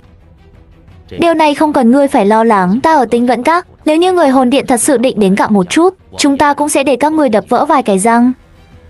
Hy vọng đến lúc đó khi hồn điện của ta gần dưới thành, ngươi còn có thể nói ra những lời như vậy. Đáng tiếc, lần này ngoài việc bị thương nặng, hồn điện không gì có tổn thất quá lớn. Ha ha, bạn có thể đấu với tên bán thánh man phên mức đó. Khá tuyệt vời rồi. Họ muốn rời đi, đây cũng là chuyện không có cách nào. Hồn tộc dù sao thực lực quá mạnh, thật sự muốn đánh chúng vẫn còn nhiều khó khăn. Dực Trần nói rất đúng. Hồn tộc kỳ lạ không thể đoán trước, rất khó đối phó. Ngay cả cổ tộc chúng ta, bình thường cũng không dám ép bọn họ vào đường cùng. Có thể đuổi bọn họ đi đã là kết cục tốt rồi. Nhưng trong trường hợp đó, chuyện cây cổ thụ bồ đề kết thúc rồi, chúng ta cũng nên nhanh chóng quay về cổ tộc. Lần này những lão già có thể để cho Huân Nhi đi ra đã là không dễ dàng. Nếu trì hoãn quá lâu, không thể tránh khỏi lại phải liên tục thúc giục. Tiêu Viêm ca ca, thất bại lần này, người của hồn tộc sẽ ghi thù. Lần này để cho bọn họ ăn một cái lỗ lớn, bọn họ nhất định không bỏ qua, cho họ rảnh tay một chút, và sẽ đến để đối phó với tinh vận các. Xem ra lần này trở về là phải lập tức bế quan, luyện hóa tâm bồ đề, để bản thân vào bán thánh. Nếu không, đến lúc đó hồn điện đến, tinh vận các sẽ gặp nguy hiểm. Ha ha, yên tâm, cổ tộc chúng tôi luôn theo dõi hành động của hồn tộc. Họ có bất kỳ động thái lớn nào, tất cả chúng ta đều có thể nhận được thông với sức mạnh của tinh vân các. Họ muốn phá hủy, ít nhất cũng phải phái đi 2 tên cường giả bán thánh. Đội hình này, hồn tộc nhiều năm không dùng đến, cho nên cũng không cần quá lo lắng. Và nếu có ngày đó, cổ tộc hẳn là cũng sẽ không đứng yên nhìn. Trên người ngươi có ngọc cổ, chúng ta sẽ không nhìn ngươi rơi vào tay bọn chúng. Vậy thì làm phiền Thông Huyền trưởng lão rồi. Không còn sớm nữa, chúng ta cũng phải đi thôi. Hẹn gặp lại. Huân Nhi.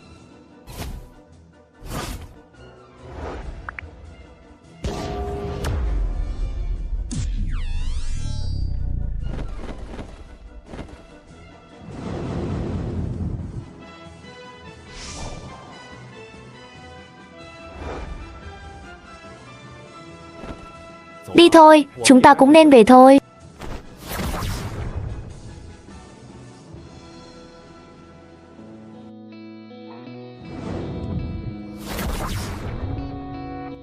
Sau khi mọi người thuận lợi trở về tinh vận các, Tiêu Viêm không lập tức luyện hóa tâm bồ đề, mà là khôi phục trạng thái của mình trước. Và Dực lão nhận được 2 viên bồ đề mà Tiêu Viêm tặng. Vào núi sau, bắt đầu khóa tu kéo dài nửa tháng. Nửa tháng sau, một mặt mệt mỏi lại xuất hiện trước mặt Tiêu Viêm, đưa một viên đan dược qua. Ồ, đây là bồ đề đan. Đáng tiếc bồ đề đan này chỉ thu hút được bát sắc đơn lôi, nếu không, thuốc sẽ mạnh hơn một chút. Nhưng người có bồ đề tâm, cùng với sự giúp đỡ của bồ đề đan, chắc là có thể thành công đột phá đến bán thánh.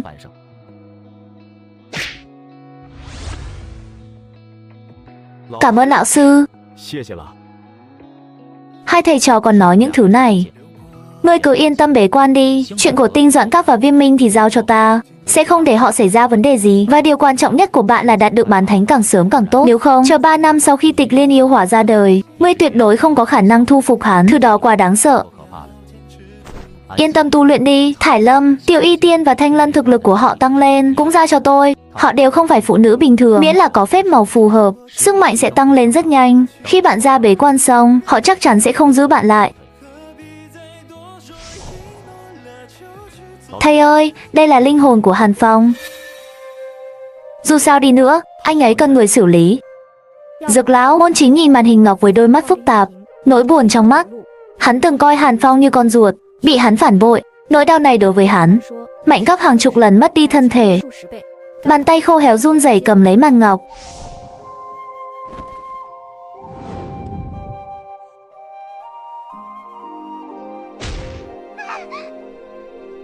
Nhìn thấy hành động đột ngột này của Tiêu Viêm, Dực lão bất ngờ, nhưng mà còn không đỡ Tiêu Viêm lên.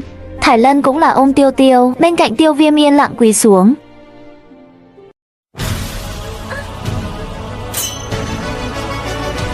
Lão sư có công nuôi dạy đối với tôi, lão sư như cha. Lão sư đã từng đau đớn như thế nào, sau này đệ tử nhất định sẽ bù đắp đầy đủ.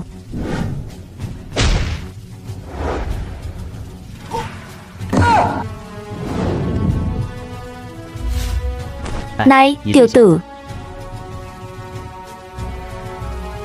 Sư công. Này, bé ngoan. Dậy đi, xương già này của ta cũng nhất thời nghĩ lung tung mà thôi. Hai người cũng không còn nhỏ nữa, chẳng lẽ còn sợ ta không nghĩ không thông được sao?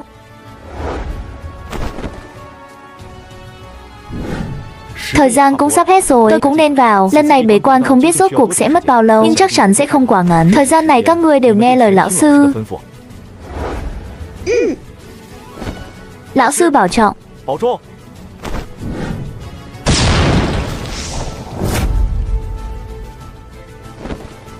Đi thôi, sau đó chúng tôi chờ đợi anh ấy. Bước đột phá suôn sẻ đến bán thánh đi.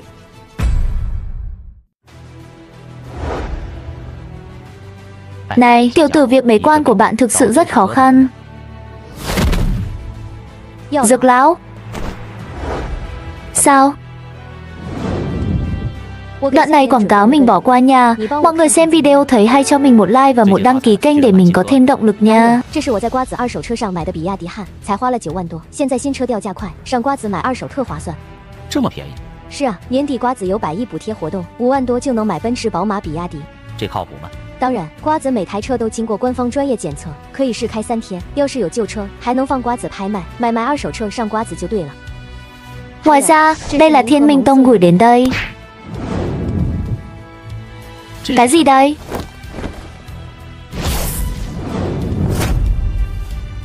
Nửa tháng sau ta sẽ đến Tinh Vẫn Các. Lúc đó quyết định cao thấp. Người thắng là vua, kẻ thua là giặc. Lại còn muốn chủ động đến chỗ ta. Thật là một kỹ năng miệng điên rồ. Có vẻ Thiên Minh Lão Yêu là không nhịn được muốn ra tay rồi. Minh Hòa Minh yên lặng hơn 1 năm. Lần này đột nhiên dám phát chiến bài, hơn nữa còn chủ động đến. Xem ra là có chút nắm chắc mới dám như vậy. Phải không? Triệu tập các trưởng lão về.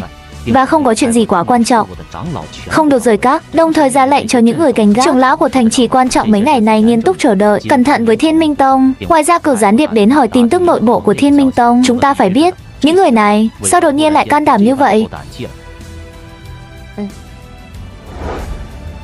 Thời gian này bên trong các cung sẽ nâng mức cảnh báo lên mức cao nhất. Tôi muốn xem hôm đó Minh Lão Yêu lần này rốt cuộc là muốn làm cái quái gì vậy. Hắn vẫn không có động tĩnh gì sao? Đừng lo, thằng nhóc đó sẽ ổn thôi. Theo ta đoán, em là không lâu đâu. Hắn có thể thuận lợi xuất quan rồi. Chúng ta còn nhiều việc phải chuẩn bị. Lần này Minh Hòa Minh đến không tốt đâu.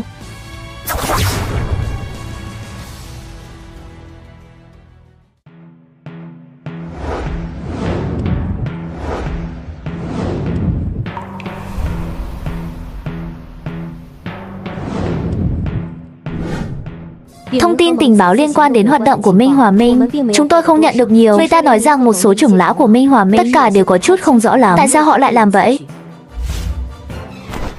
Thời gian quá vội, muốn biết tình huống bí mật này đúng là có chút khó khăn. Tinh Vẫn Các đang trong tình trạng báo động cao nhất. Một số đệ tử yếu hơn cũng là chuyển vào trung tâm. Hầu hết các trưởng lão đã được triệu hồi. Mọi thứ đã sẵn sàng, cho người của Minh Hòa Minh đến thôi. Nhưng họ đến rồi.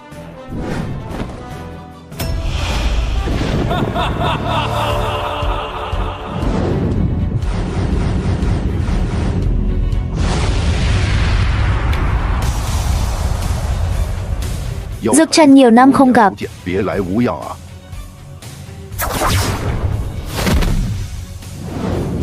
Thiên Minh Lão Yêu, không ngờ người vẫn chưa chết.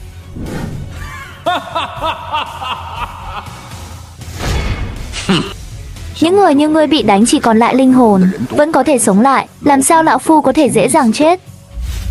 Những năm này, Tinh Vẫn Các và Minh Hòa Minh càng ngày càng không bằng lửa nước. Chuyện này đến cuối cùng lão phu cuối cùng là cần phải ra mặt. Vì lợi ích của người quen trong quá khứ, miễn là bạn thoát khỏi Minh Hòa Minh, hàng ngàn dặm từ phản xáo ảnh hưởng của nó. Hơn nữa sau này không còn tranh chấp với Minh Hòa Minh nữa. Hôm nay ta sẽ rút lui. Người đời nói mộng. Những kẻ này rõ ràng là khiêu khích trực tiếp. Dược Trần thế nào? Nghĩ xong chưa? Ngươi cho rằng thực lực có tư cách nói lời này. Vậy là không đồng ý rồi. Dực Trần, xem ra ngươi vẫn là thật không thể quan tài không khóc. Với ta và sức mạnh của liên minh, thật sự rất khó để tinh vẫn các bị diệt vong. Nhưng nếu không có sự chắc chắn tuyệt đối, ngươi cho rằng lão phu sẽ ngu ngốc tự nộp mình vào lưới sao?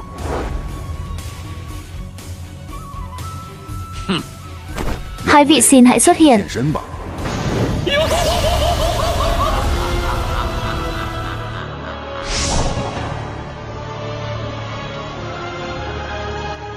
Hồn điện của Nhiên là các người can thiệp. Dực Trần, lão phu đã nói từ lâu rồi, sớm muộn gì tinh vẫn các sẽ thành đống đổ nát. Nhưng cũng may mắn, thời gian này đến muộn 2 năm rưỡi.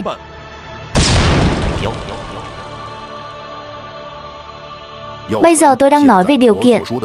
Bạn có cần phải suy nghĩ lại không? Dực lão nhận thua là vô ích. Hồn điện và Minh Hòa Minh không thể để chúng ta tiếp tục tồn tại. Bây giờ ngoài việc chiến đấu đến cùng, không có đường lui. Trong trường hợp đó, vậy thì vẫn là cùng Thiên Minh giao chiến.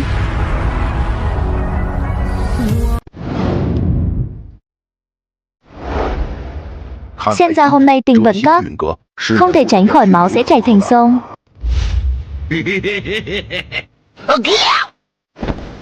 Cũng tốt, ở đây có rất nhiều người mạnh, con có thể tiện tay thu thập một ít linh hồn trở về.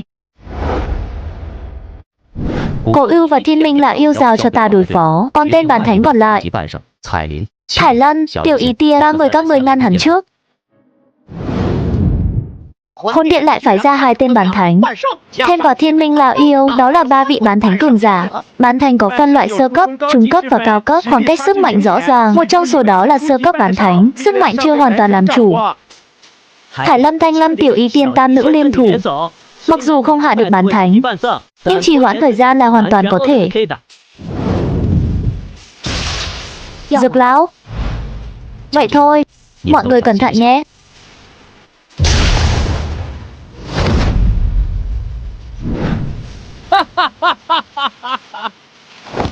Dực Trần, ngươi đúng là điên cuồng, lại còn muốn dùng sức một người ngăn cản hai ta.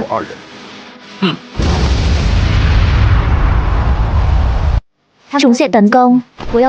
Đoạn này quảng cáo. Các bạn đang xem video trên kênh Trung Anime, nếu thấy hay cho mình xin một like, một đăng ký kênh để mình có động lực ra video nha. Chúc các bạn xem video vui vẻ. 转转上门回收了，卖了3700多，价格公道，打钱又快又干脆。现在转转不只收手机，还支持上百种品类独生。我老公的钓鱼竿都是在上面卖的，趁着旧的还值钱，赶紧找转转回收就对了。 Giết hết kẻ phản kháng.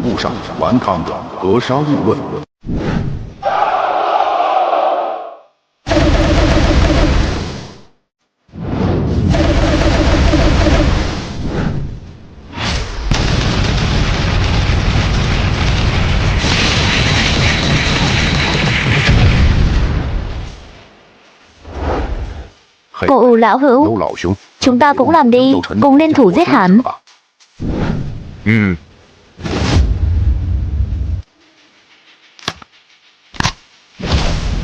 Haha, nhiều năm rồi không ra tay, có chút không quen, nhưng có thể để một bán thánh làm quà tặng cho lão phu xuất qua, đáng giá.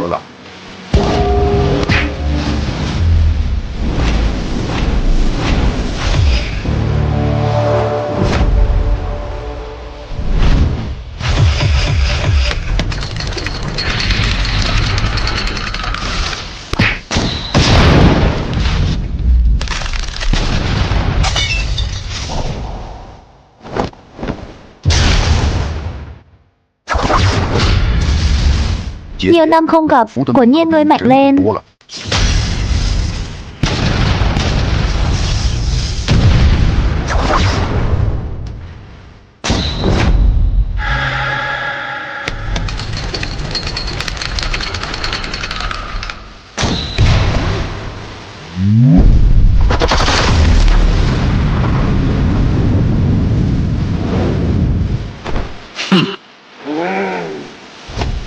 Cổ Ưu huynh cùng nhau lên.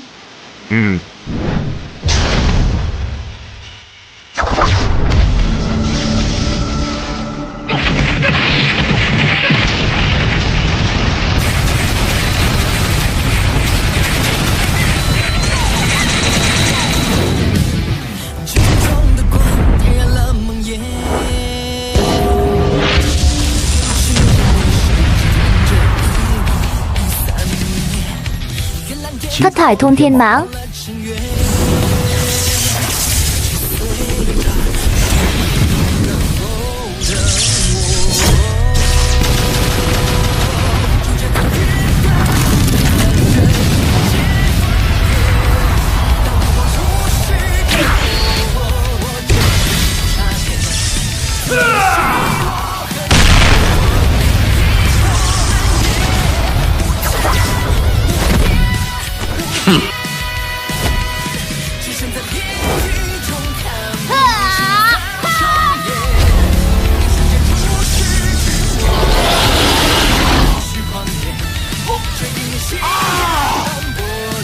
Bích xà tam hoa đồng.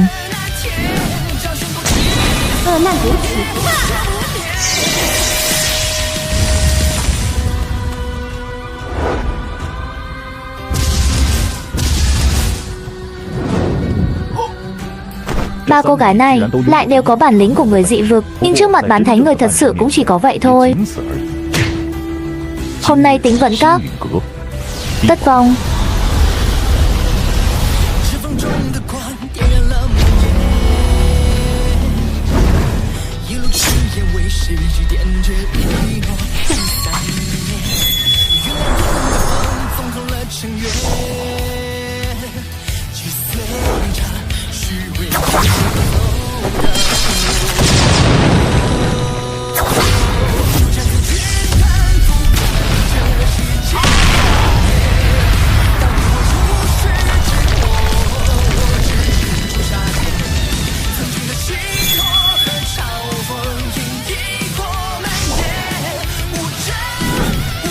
Hóa ra là Bích xà tam hoa đồng.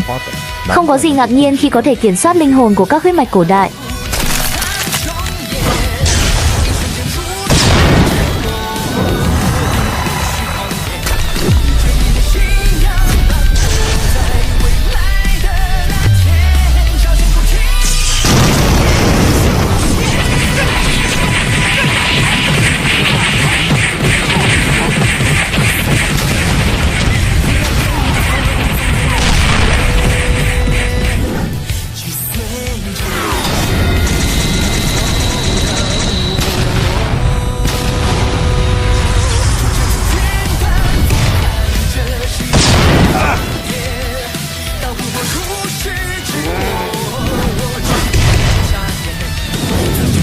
Dực Trần, ngươi có thể làm gì? Chẳng lẽ còn muốn lấy một địch hai sao? Người ta nói rằng trong thời cổ đại, sức chiến đấu của luyện dược sư khá mạnh. Chắc cũng là bởi vì lực lượng linh hồn mạnh mẽ thời cổ đại. Phạm binh thiên cảnh giới linh hồn lớn thứ tư. Em rằng vị thần này đã ở trên trời rồi. Như thế này, nhìn toàn bộ Trung Châu, em rằng đều là không tìm ra được bao nhiêu. Thiên Minh là yêu, đừng cho hắn cơ hội thở dốc. Giết hắn đi, hắn sẽ không tồn tại lâu đâu. Ý nghĩ có thể để một người bạn tri kỷ. Dực Trần rơi vào tay lão phu, trong lòng lão phu rất kích động.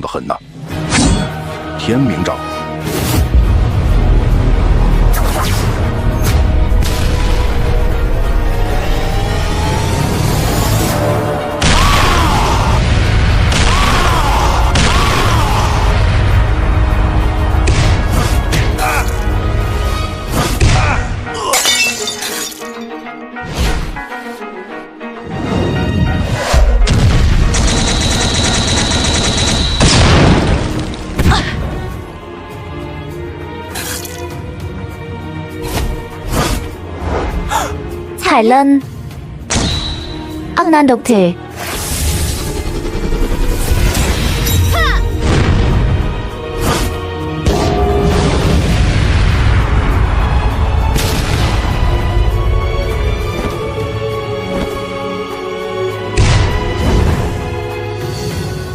Có thể để cho bổn tôn chủ động cắt thịt cũng coi là khả năng của bạn, nhưng điều này cần phải trả giá bằng mạng sống của bạn.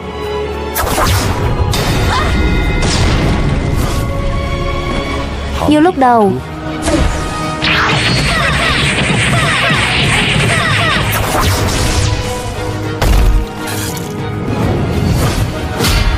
tôi nói Dực Trần, bây giờ ngươi còn phải vất vả chống đỡ không?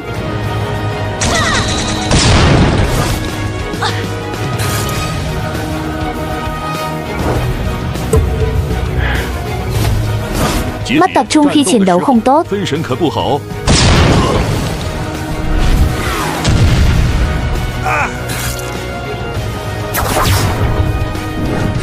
Người của Tinh Vẫn Các, 妖臣已落败， nếu các ngươi còn muốn chống cự, 顽抗他， lão phu không ngại đem tất cả các ngươi giết sạch. 全部血洗了。 Tiêu Viêm bế quan kết thúc. Đột phá nhất tinh đấu thắng có thể giải quyết khủng hoảng Tinh Vận Các không? 运阁危机，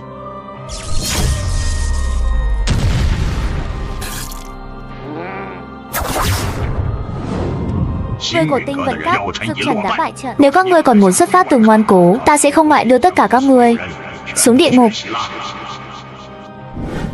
Dực Trần, hãy nhớ rằng kết cục hôm nay hoàn toàn là do ngươi tự gây ra. Rượu mời không uống, muốn rượu phạt. Cố ưu giết hắn đi, 杀了他吧！ để trách nhiệm không thay đổi. 争辩。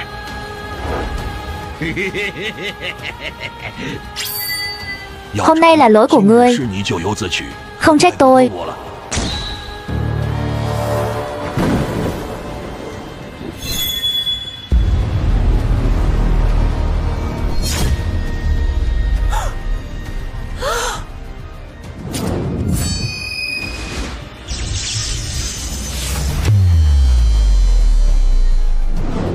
Chuyện gì vậy? Kẻ nào dám xâm lược Tinh Vẫn Các? 格忍者， Thiếu gia Tiêu Viêm, là hơi thở của Tiêu Viêm thiếu gia. Gã này cuối cùng cũng ra xuất quan rồi. Gã này cuối cùng cũng xuất quan. May mắn thay, tôi đã gọi cho anh ấy kịp thời. Đoạn này quảng cáo mình bỏ qua nha. Các bạn đang xem video trên kênh YouTube Trung Anime, nếu thấy hay hãy like và đăng ký kênh ủng hộ mình. Chúc mọi người xem video vui vẻ. 屏幕看剧可舒服了，真挺便宜的，靠谱吗？放心吧，我研究过了，段准官方验的数码产品都经过多人检测，跟新机一样，支持1年保修。总之，买二手上转转就对了。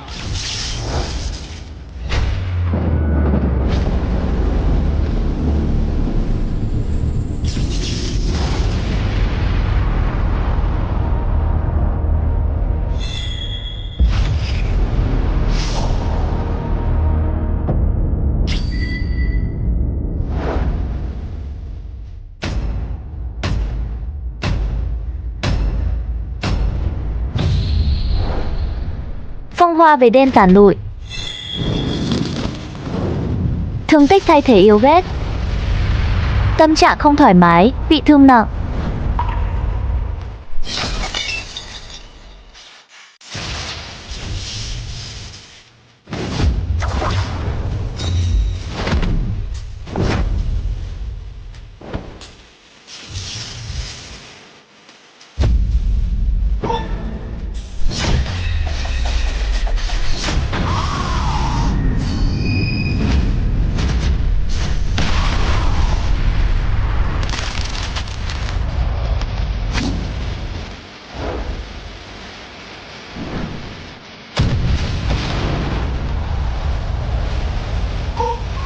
Đấu thánh làm sao có thể?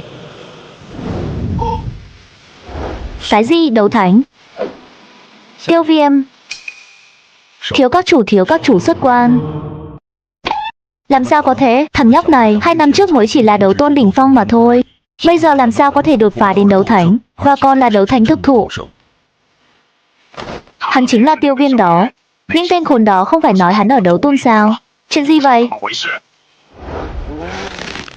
Là Bồ Đề Tâm. Thằng nhóc này có Bồ Đề Tâm. Không trách 2 năm nay tiểu tử này hoàn toàn mất tiếng. Dấu vết hóa ra là ở bế quan đột phá đấu thánh.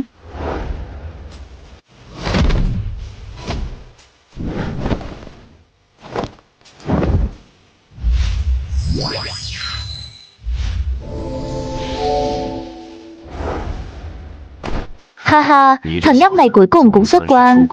Xém chút nữa, ngươi phải sẵn sàng để thu thập xương cũ này cho ta. Sư phụ xin lỗi, để việc tiếp theo cho tôi. Họ cũng bị thương.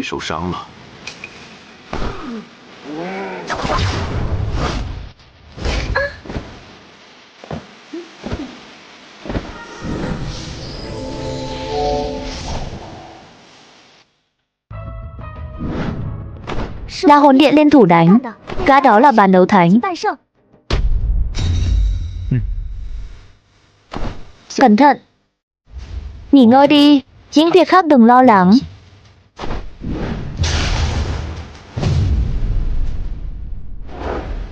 Hãy chăm sóc chúng. Tiếp theo các ngươi không cần ra tay đâu. Tuân lệnh thiếu các chủ.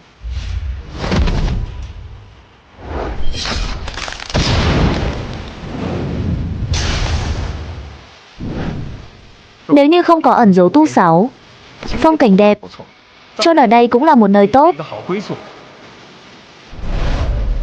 3 bán thành đấu với một đấu thánh nhất tinh. Trận chiến này thật hấp dẫn, thật là một sức mạnh để khao khát. Bán thánh và đấu thánh dù không chênh lệch về cấp độ, nhưng khoảng cách sức mạnh giống như khoảng cách giữa trời và đất. Bán thánh khó lòng mà so với đấu thánh. Chỉ đạt đến cấp độ 1 sao mới có thể gọi là đấu thánh thật sự. Bán thánh với đấu thánh, mặc dù có vẻ như khoảng cách nguy hiểm, nhưng trên thực tế rất khó để vượt qua. Từ xưa, tình huống của Ưu và Thiên Minh là yêu liền có thể nhìn thấy. Họ đã bị mắc kẹt ở cấp độ nửa chiến thắng trong nhiều năm, khó có thể bước vào cảnh giới của nhất tinh đấu thánh. Tiêu Viêm, đừng kiêu ngạo. Nhất tinh đấu thánh thì sao? Ta sẽ gọi người từ trong tộc đến đây. Đóng gói bạn rồi. Không gian phong tỏa.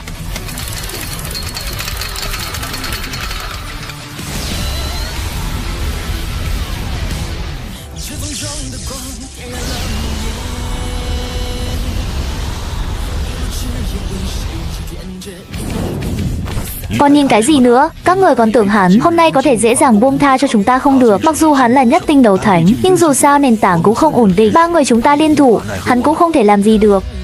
Ra tay đi. Thiên Minh sư trưởng.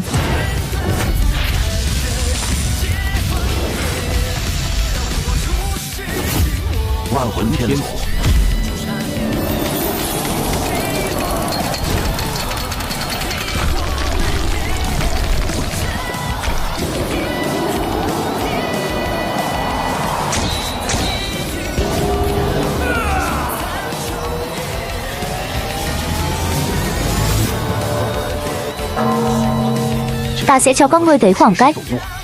Nay sẽ chôn 3 người các ngươi ở đây.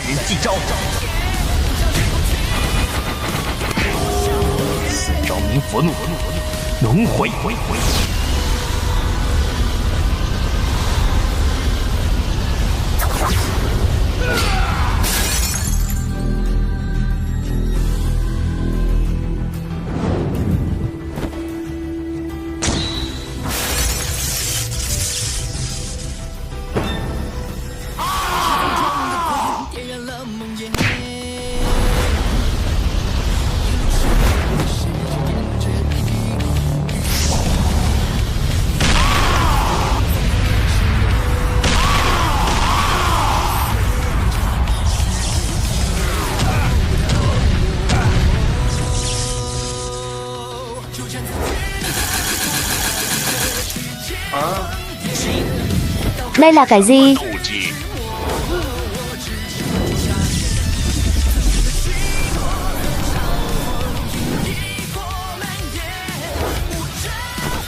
Kỹ năng chiến đấu được tạo ra bởi nhiều dị hòa.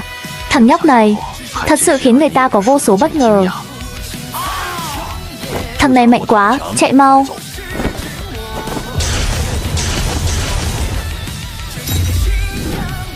Hả? Muốn chạy sao?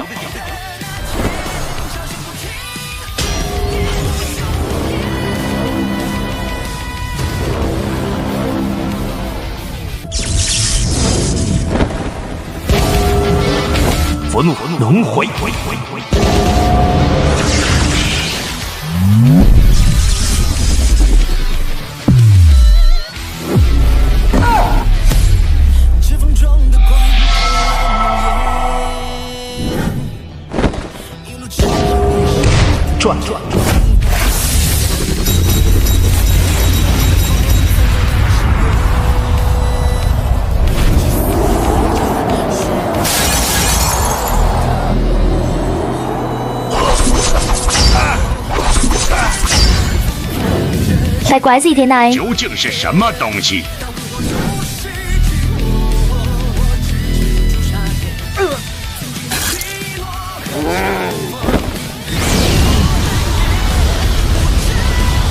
Rời khỏi nơi này đi.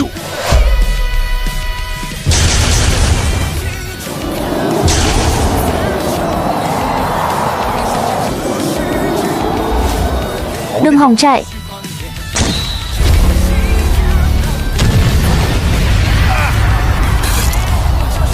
Tiêu Viên thả ta ra. Sau này ta sẽ không tới làm phiền tình vận các nữa.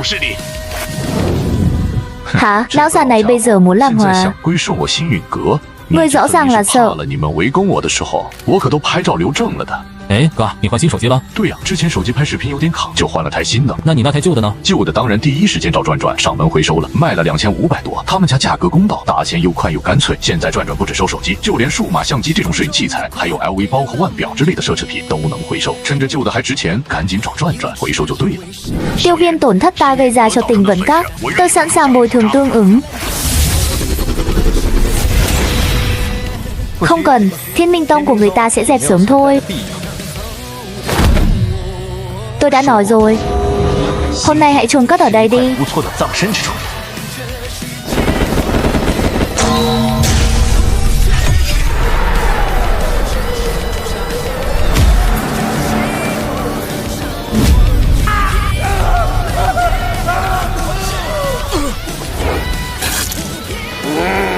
Tiểu tử lão phu hôm nay liều với ngươi.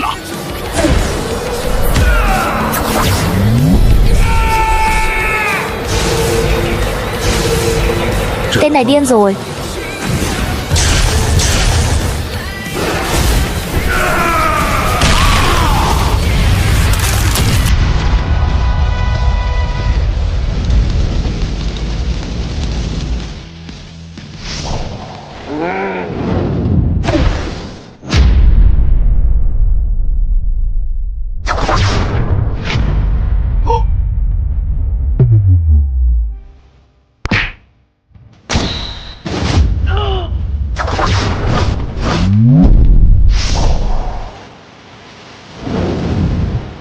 Thủ đoạn này không có tác dụng với tôi.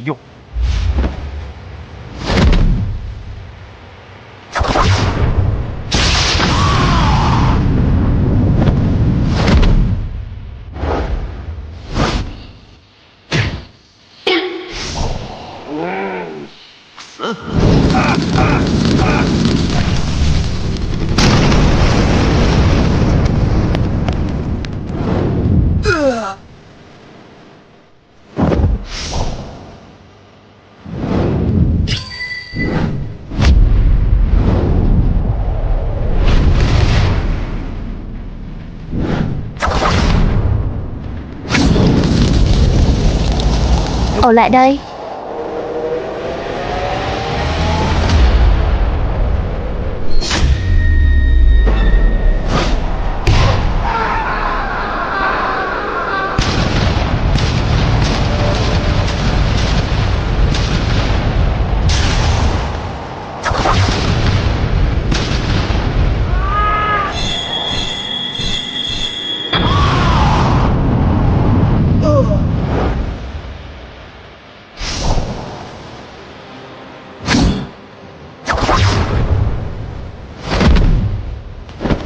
Nuôi hổ làm hại, sớm biết hôm nay, lúc trước tôi nên trực tiếp xin lệnh.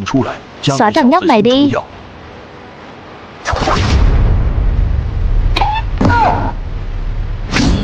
Chạy đi đâu? Đi cùng hắn ta đi.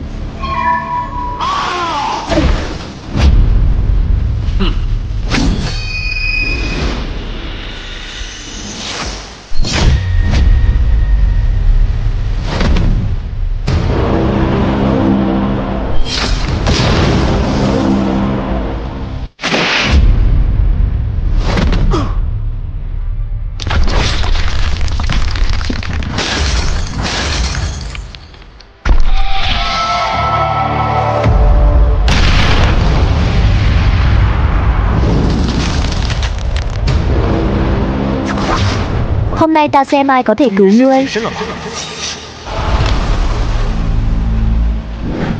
Hồn điện chịu chết đi.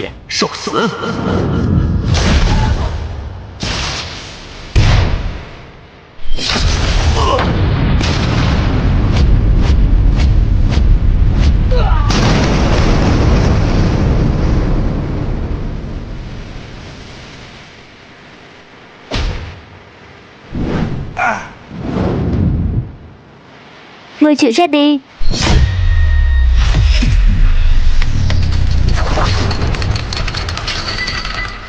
Tên tiểu bối dám ra oai với hồn điện ta. 胆敢得寸进尺！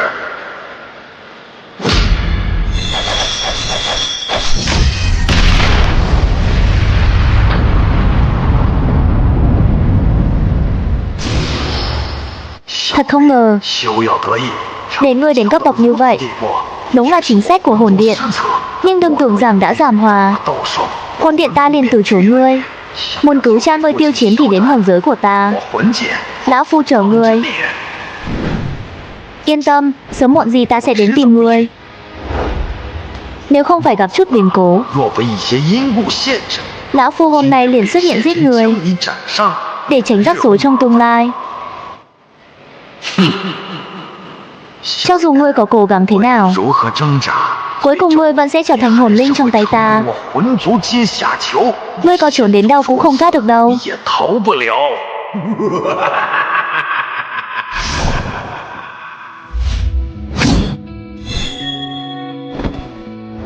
Người ban nãy, tôi em rằng ít nhất là nhất tinh, sự tồn tại ở đỉnh cao của nhất tinh đấu thánh, nhưng chỉ là không biết có phải là cái gọi là đại thiên tôn không. 如今突破到斗圣， Có lẽ là khó khăn, cũng sẽ không như trước lừa coi thường ta. Nếu họ thực sự muốn làm gì đó, chắc chắn sẽ phải đấu thánh cường giả đi.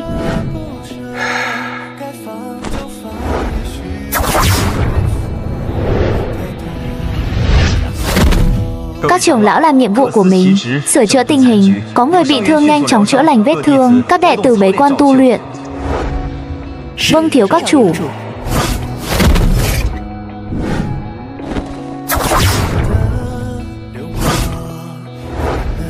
Lão sư, Thải Lân không sao chứ?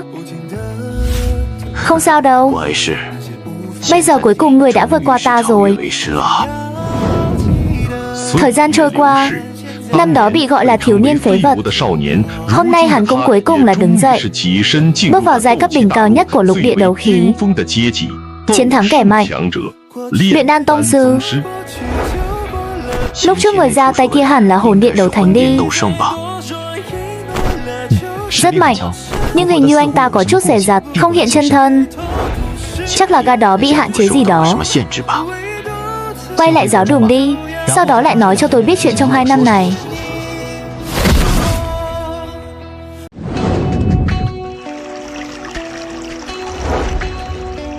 Chúng ta có lẽ cũng nên học tập Thiên Minh Tông bọn họ, thành lập một liên minh lớn thực sự.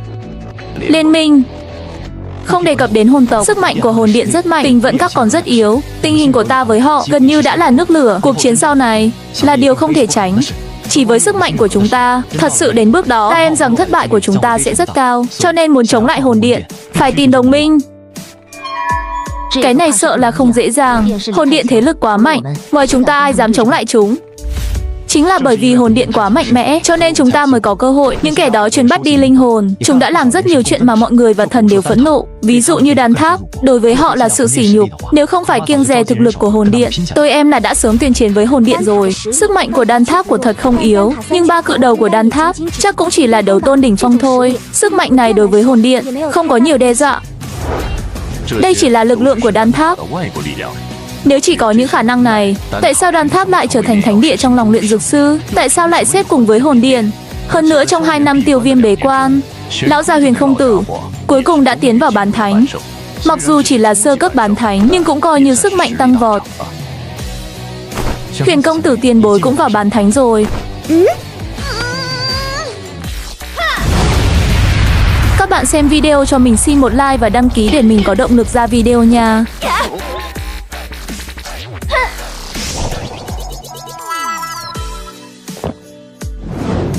Ta hình như đã nghe qua, Tam bại cự đầu đàn tháp từng giao chiến với điện chủ hồn điện. Chuyện này đúng là có thật. Nhưng đó không phải là điện chủ hồn điện thật sự. Chỉ là một linh hồn của hắn, đi cùng với một cường giả hồn điện, chỉ là đánh nhau với họ thôi. Và thậm chí như vậy, 3 tên kia cũng là thảm bại nặng nề. Đừng nói chuyện này trước mặt 3 người bọn họ, để họ khỏi xấu hổ. Người thường chỉ biết đàn tháp, nhưng lại không biết ở trong đàn tháp còn có một tiểu đàn tháp. Tiểu đàn tháp? Không có nhiều người có thể vào được tiểu đàn tháp này. Tiêu Viêm hiện tại có lẽ có thể miễn cưỡng đạt được trình độ đó. Bởi vì đó là yêu cầu đầu tiên để vào tiểu đan tháp, phải có khả năng tinh chế, luyện ra bát phẩm đan dược thất sắc đan lôi. Đồng thời linh hồn cũng phải đạt đến kim sắc. Linh hồn kim sắc thật sự rất khắc nghiệt. Người bên trong tiểu đan tháp, đó là loại đan tháp thực sự. Và cũng chính vì sự tồn tại của họ, hồn điện chưa bao giờ quá đáng với đan tháp. Những con quái vật già trong đó, tất cả đều là tồn tại cực kỳ cổ xưa. Có một số thậm chí tôi gặp cũng phải đến ngàn tuổi. Ngoài ra, trước đây tôi cũng từng ở trong tiểu đan tháp, nhưng không quen với bầu không khí bên trong, tự bỏ đi. Tiểu đan tháp không có quy tắc quá nghiêm ngặt, ra dễ dàng, muốn vào rất khó khăn. Nhưng liên minh mà anh đang nói đến cũng có chút khả thi. Mối quan hệ giữa đan tháp và hồn điện, nó tệ hơn anh tưởng đấy. Người trong tiểu đan tháp, tôi cũng có cảm giác xấu về họ. Khi tiểu đan tháp đạt đến đỉnh cao, lúc đó chủ tháp từng nhận một đệ tử. Người đệ tử này chỉ mất 40 năm ngắn ngủi, vượt qua rất nhiều thâm niên hơn hắn, thậm chí vài lão quái. Nhưng sau đó bất ngờ, nhưng lại tiết lộ thân phận của hắn. Không ai ngờ tới, hắn lại là người mà hồn tộc phải đến. Sự việc bị lộ, lúc đó, mặt chính của tháp đã tha cho anh ta trong tình nghĩa của thầy trò. Nhưng kết quả lại bị tên vô lương kia, bí mật liên minh hồn tộc cường giả, tấn công giết. Năm đó vì chuyện này, đan tháp chính là cùng hồn điện nổ ra một trận chiến lớn. Nhưng cuối cùng lại là tổn thất nặng nề, phải đè nén sự thù hận này. Nhưng thù hận này sẽ không tan biến theo thời gian, chỉ càng ngày càng dày. Cho nên nói muốn cùng bọn họ liên minh đối phó hồn điện cũng không phải là không thể. Cũng đừng vui mừng quá sớm. Tiểu đan tháp mặc dù rất oán hận đối với hồn điện, nhưng muốn những ông già cứng đầu đó liên minh thống nhất cũng có độ khó rất lớn.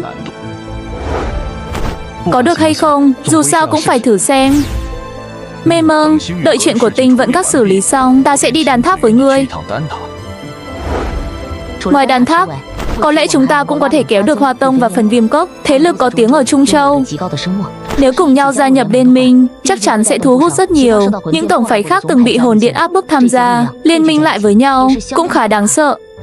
Bên trong Hoa Tông, có hai vị thái thượng trưởng lão nhiều năm chưa từng xuất hiện. Hai người bọn họ đều có thực lực của bán thánh. Đối với sự tồn tại của họ, ngay cả đệ tử Hoa Tông bình thường cũng không biết. Hai lão gia hỏa này từng nợ tôi một ân huệ, cộng với mối quan hệ của ngươi với cô nương đó.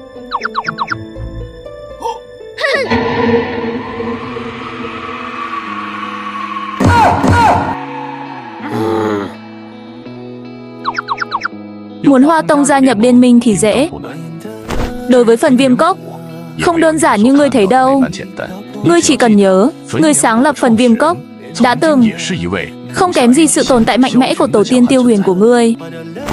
Theo ta biết, người này cũng có thực lực bán thánh cao cấp.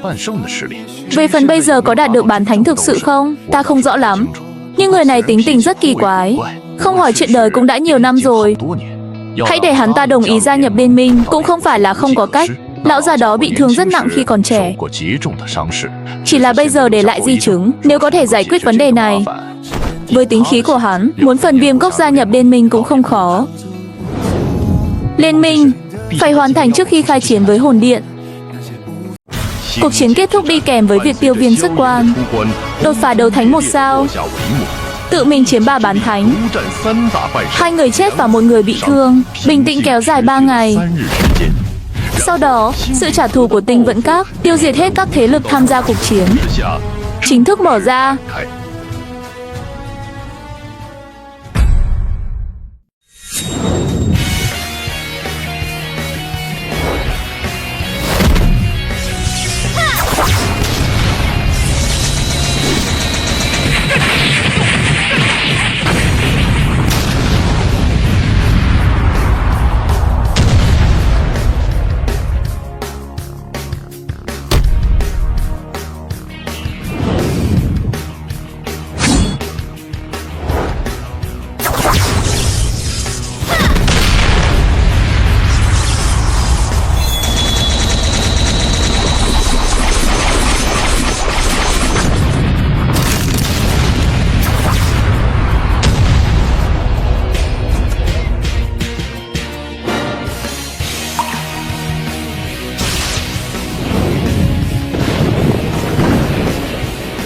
Tiêu Viêm, ta Phong Lôi Các kết bạn với Thiên Yêu Hoàng tộc. Ngươi dám hủy diệt Phong Lôi Các của ta, Thiên Yêu Hoàng tộc chắc chắn sẽ không tha cho ngươi. Thiên Yêu Hoàng tộc, mối thù của tôi với họ sau này sẽ trả đủ. Ta có tổng cộng 28 tên cường giả chết bởi tay ngươi. Khi ngươi giết họ, ngươi nên hiểu rằng sẽ có ngày này.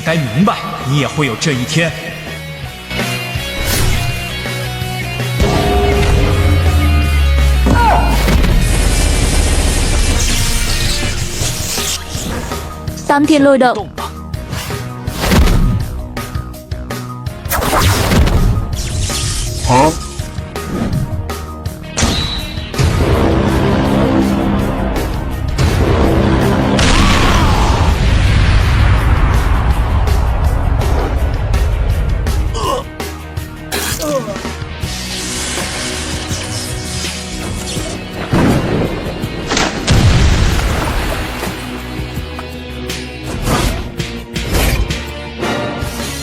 Thiếu các chủ, Hàn gia mà ngài bảo hỏi đã có tin tức rồi. Không biết vì sao, mấy năm nay bọn họ bị Phong Lôi Các chèn ép.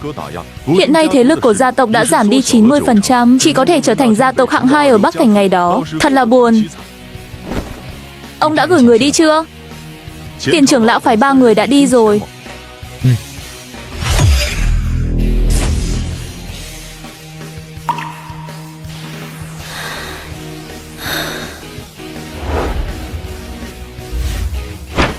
Hàn gia ở Hạ Hàn Trì, không biết 3 vị tiền bối đã đến.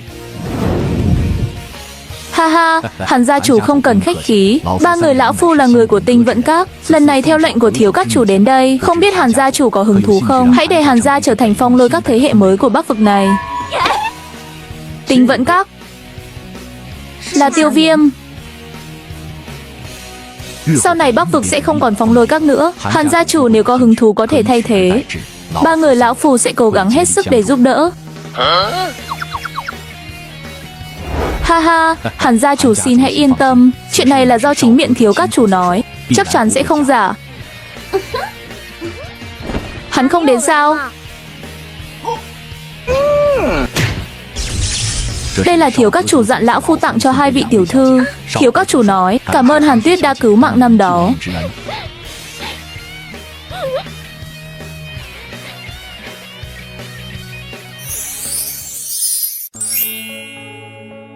Đại trưởng lão, người nghĩ sao?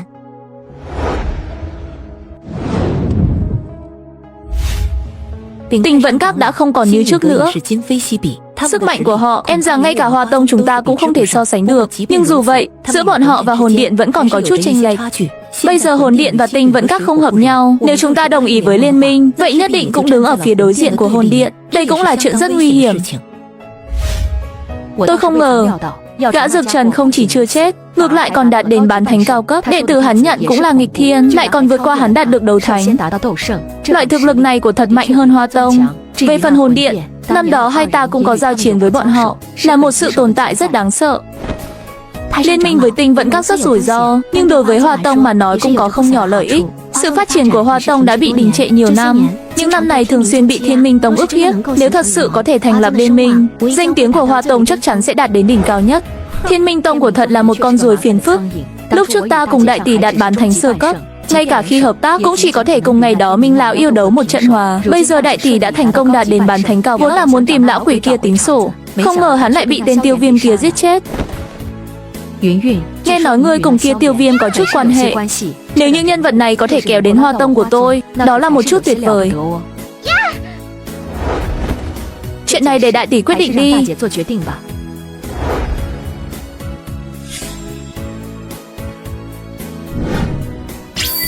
Liên minh đối phó với Hồn Điện. Ta biết tỷ sẽ làm thế. Vì lão già đó, tỷ ngay cả sư phụ cũng dám cãi lại. Nhưng tỷ cũng biết, lão già đó không quan tâm đến chuyện đó.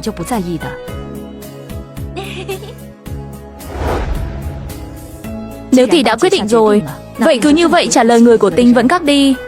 Vâng.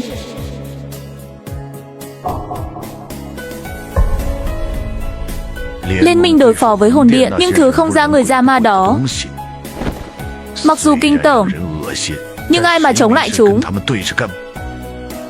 Không, để người của họ đi.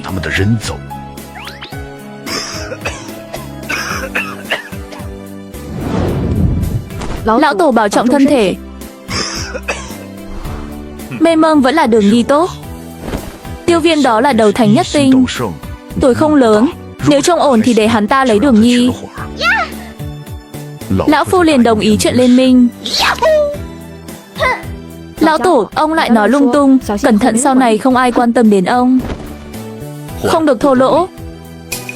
Có thể đạt được thành tựu này ở tuổi này, đủ để chứng tỏ sự xuất sắc của Tiêu Viêm này. Hơn nữa còn có thể khiến cả hai người đều thiên vị hắn. Vậy rõ ràng người này để cho các người đều có chút thiện cảm. Đáp ứng hai điều kiện này không dễ dàng. Lão Tổ, họ nói rồi, nếu đồng ý liên minh, họ có thể giải quyết vấn đề tiềm ẩn trong cơ thể ngài. Vậy không đồng ý thì sao? Không, Tiêu Viêm nói rồi, hắn cũng sẽ ra tay, giúp Lão Tổ loại bỏ những nguy hiểm tiềm ẩn trong cơ thể. Tiểu tử này không tồi. Không có câu nói phía sau, liên minh là không thể. Ý của Lão Tổ đó là liên minh đi. Đã nhiều năm không xuất hiện, không biết là trên đại lục còn nhớ tên của Hỏa Vân Lão Tổ của ta không? Hỏa Tông và Phần Viêm Cốc đều đồng ý liên minh rồi. Hỏa Tông và Phần Viêm Cốc tất cả đều cho chúng tôi câu trả lời rõ ràng, chỉ chờ các chủ và thiếu các chủ quyết định khi nào công bố tin tức này. Lúc này thuận lợi, cũng có chút vượt quá mong đợi của tôi. Vậy khi nào thì hai thế lực thảo luận chi tiết về liên minh? Không được, mặc dù đã giải quyết được Hoa Tông và Phần Viêm Cốc, nhưng vẫn không đủ. Muốn chống lại hồn điện thì phải thêm thực lực của Đan Tháp. Nếu không thì vẫn còn nhiều khó khăn. Vậy có muốn gửi thư mời trước không? Chuyện này không được xem nhẹ. Muốn thuyết phục họ gia nhập liên minh, lần này em rằng phải có tôi và Tiêu Viêm tự mình đến Đan Tháp, gửi những người khác đi, kết quả chắc chắn sẽ giống nhau. Vâng. Tôi sẽ để ý Tinh Vẫn Các. Trong thời gian này mọi thứ cũng đã kết thúc, chắc là sẽ không xảy ra chuyện gì đâu. Khi nào các anh định đi? Không thể muộn. Khởi hành hôm nay.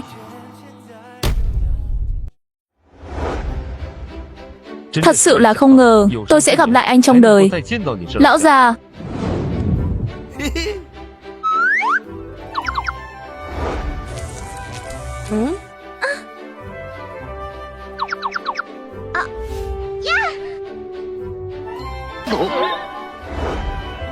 Nhiều năm không gặp, người vẫn rất xinh đẹp, không hề giống những lão già như chúng ta.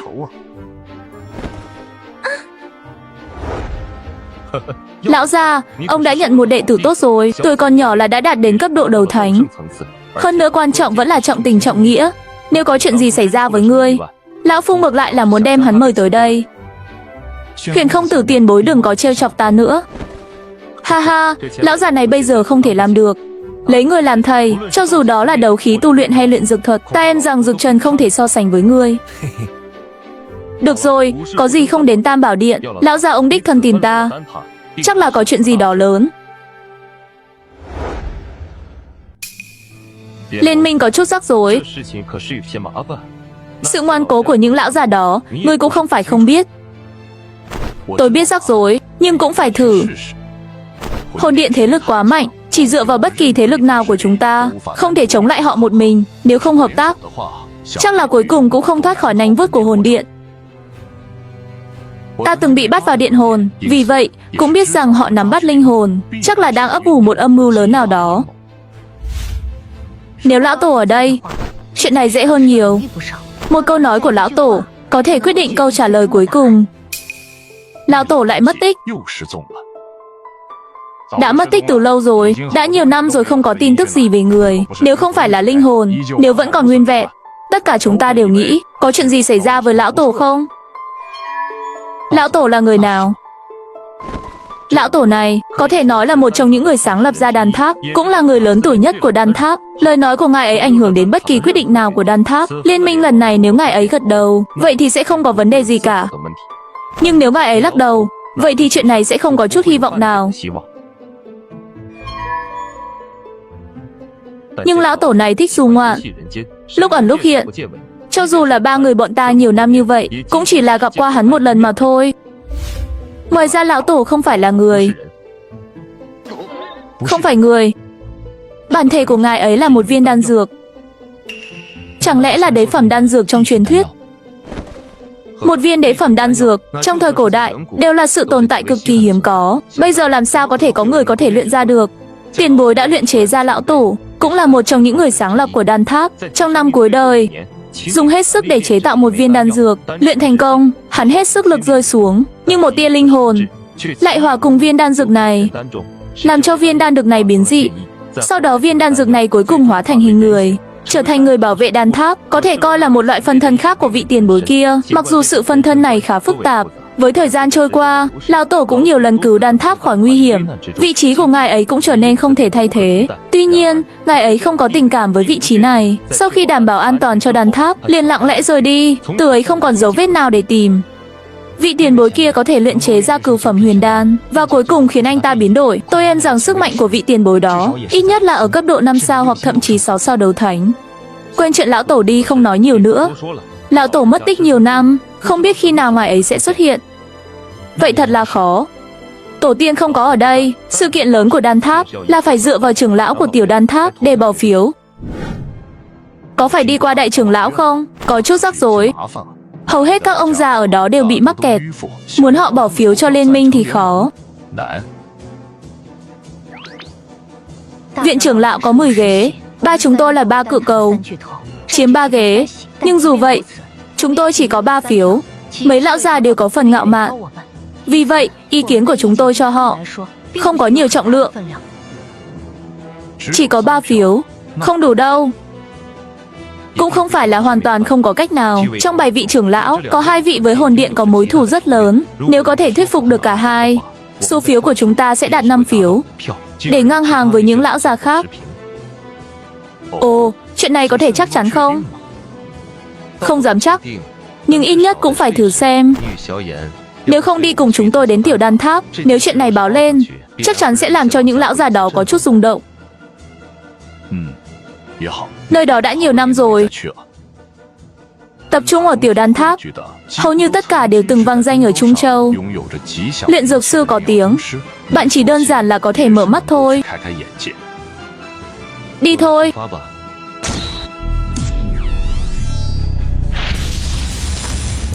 Không gian riêng, tiểu đan tháp này quả nhiên là tồn tại trong không gian riêng.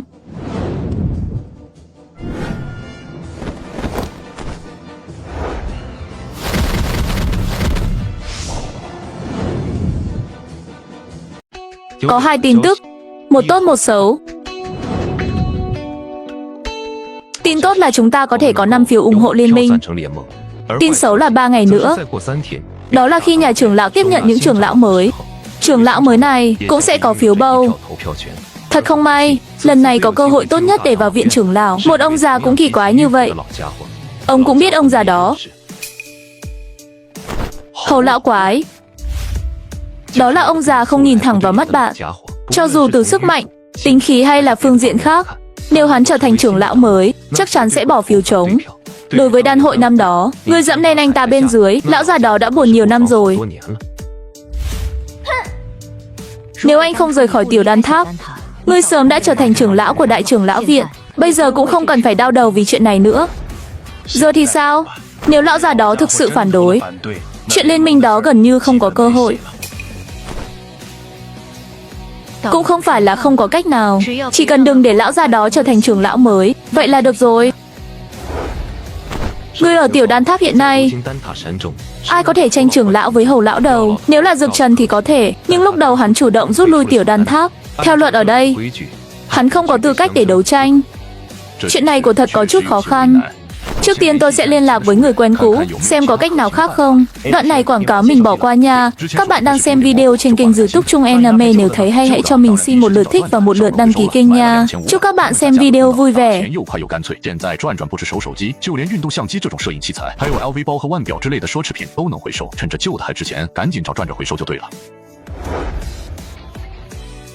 Dực Trần người không có tư cách, nhưng Tiêu Viêm thì có. Hắn là nhà vô địch đan hội, quán quân, đồng thời cũng là ứng cử viên cho cự đấu tiếp theo. Với thứ này đủ để đạt được tiêu chuẩn tranh đấu. Chỉ là phải xem hắn rốt cuộc có hạ gục được tên hầu lão quái không. Lão già kia dù sao cũng ở năm đó, thực lực gần được gọi là danh hiệu vô địch của hội Dược Thần Đan, đủ để đè bẹp tiểu bối. Mặc dù Hầu lão quái có thâm niên vượt xa Tiêu Viêm, nhưng sức mạnh hiện nay của người sau, tôi em rằng thật sự có thể nói chuyện với lão già này, tranh đấu. Cũng tốt để cho Tiêu Viêm đi đấu tranh với lão già kia, cho lão già đó biết, không chỉ có ta Dực Trần có thể thắng hắn, bây giờ ngay cả đệ tử ta đã đào tạo ra, cũng có dẫn đạp đạo ta. Nếu thật sự là như vậy, Hầu lão quái sợ rằng khuôn mặt sẽ chuyển sang màu. Hầu lão quái đó có thể luyện ra được đan dược bát phẩm mấy sắc. Đã nhiều năm không gặp lại tên quái vật đó, lâu không ra tay rồi. Lần trước nhìn thấy hắn toàn lực luyện đan, chắc là 20 năm trước. Lúc đó, hắn ta đã thành công trong việc thu hút bát sắc đan lôi, chắc là bây giờ có thể thu hút được cửu sắc đan lôi. Bát phẩm cửu sắc. Lão già đó mấy năm nay tiến bộ rất nhanh. Nói vậy đi, vậy Tiêu Viêm muốn thắng hắn, như vậy là nhất định phải luyện ra cửu phẩm đan dược. Đúng vậy, Tiêu Viêm có chắc không? Vâng, có thể thử. Vậy thì quyết định đi. Về phần làm thế nào để cho Tiêu Viêm tham gia tranh giành, chúng tôi sẽ sắp xếp. Với tư cách là nhà vô địch đan hội, chắc chắn sẽ không có vấn đề gì quá lớn.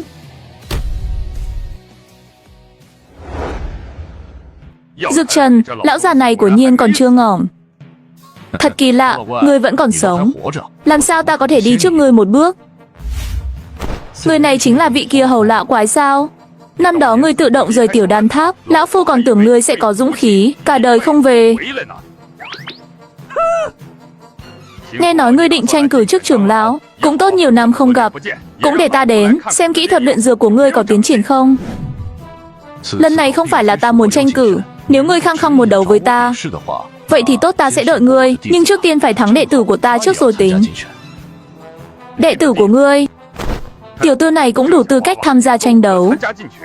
Dực Trần, ngươi đi cửa sau này ngươi nghĩ có thể được sao? Đây là Tiểu Đan Tháp, không phải là Trung Châu. Hầu lão quái Tiêu Viêm là quán quân đan hội lần này, làm sao có thể không có tư cách? Quán quân đan hội, xem ra chất lượng của đan hội lần này không ra gì. Có vẻ như thông tin của ngươi hơi lạc hậu. Đan hội lần này, Tiêu Viêm chính là dựa vào luyện chế ra ngũ sắc đan lôi mới giành được thắng lợi. So với lần của ngươi, cuộc cạnh tranh lần này còn khốc liệt hơn nhiều. Ngũ sắc đan chẳng là gì ở đây. Nếu ngươi không ra tay, vậy vị trí trưởng lão này do lão phu làm đi. Nhưng muốn cho đệ tử ngươi tranh giành, vậy lão phu cũng dạy dỗ ngươi một chút. Đệ tử của ta dư bản lĩnh để đấu với ngươi. Nếu như Hầu lão quái, ngươi có tâm này, vậy thì tôi sẽ đi trước. Cảm ơn. Dực Trần, đừng tưởng lão phu không biết các ngươi đến đây làm gì. Chờ đến khi lão phu nhận được vị trí trưởng lão, sẽ để các ngươi trắng tay mà trở về. Có vẻ, lần này nhất định phải để cho lão quái mơ mộng này biến thành nói suông rồi. Lão sư yên tâm.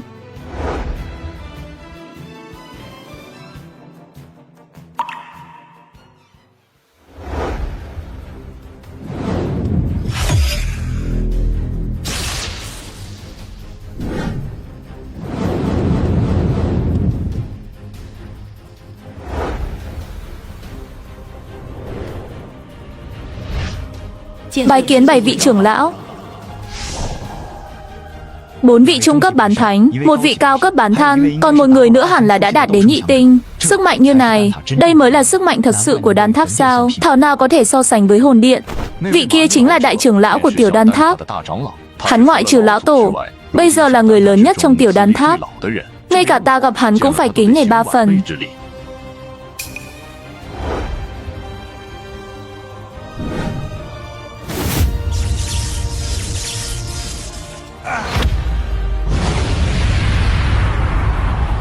Linh hồn mạnh mẽ quá.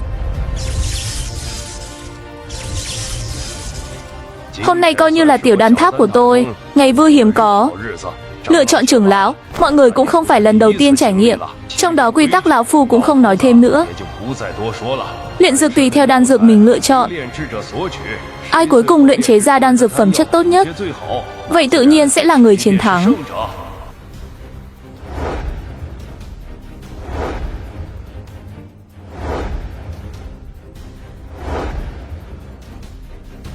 Nếu các vị không có thắc mắc gì, những người đủ điều kiện tham gia tuyển chọn, mời vào.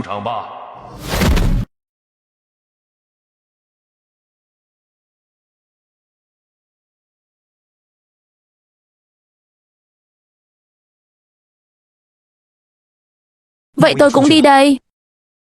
Cố lên, đừng có làm hỏng danh tiếng thầy ngươi.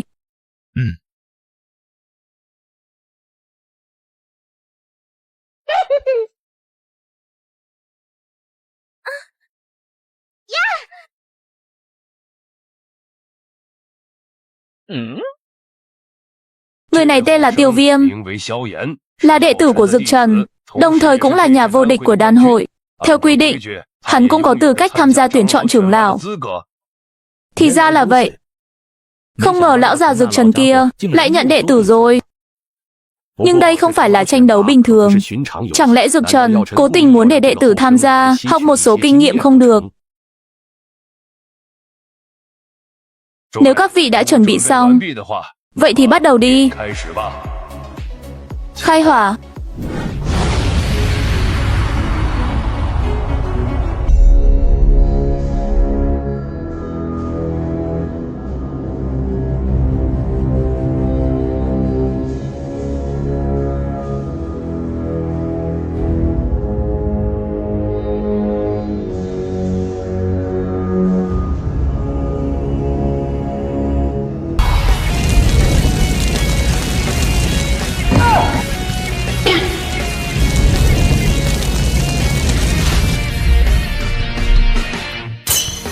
Đây là dị hỏa.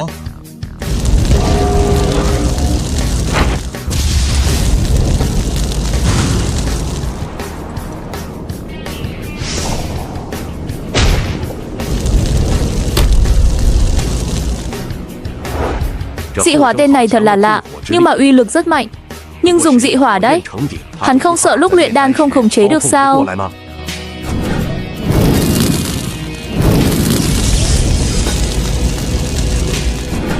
Không biết Tiêu Viêm lần này rốt cuộc dự định luyện chế đan dược gì? Tất cả các loại y bình dược ta biết đều truyền lại cho Tiêu Viêm hết.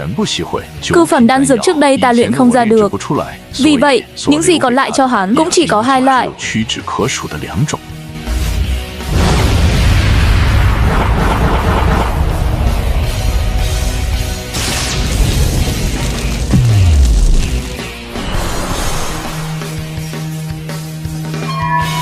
Bồ đề tử, hắn muốn luyện Bồ đề đan. Bồ đề đan cấp cao nhất cũng chỉ là dẫn đến bát phẩm cửu sắc. Nếu vậy có thể thắng hầu lão quái nhưng là có chút khó khăn. Hắn chắc là có kế hoạch của mình.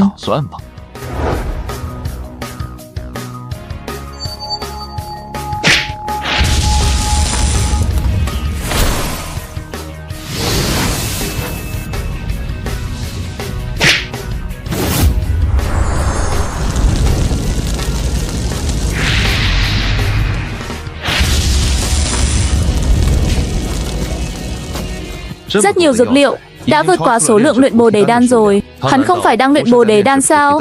Tại sao hầu hết các loại thuốc tất cả đều tương tự như luyện Bồ đề đan? Bây giờ chỉ có thể chờ đợi kết cục cuối cùng.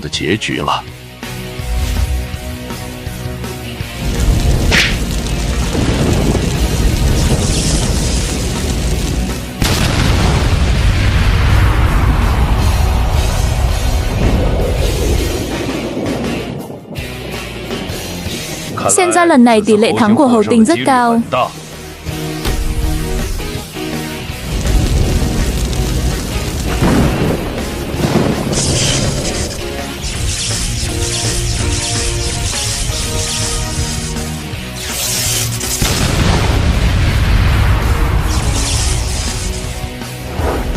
Lại một bát phẩm 7 màu đan lôi.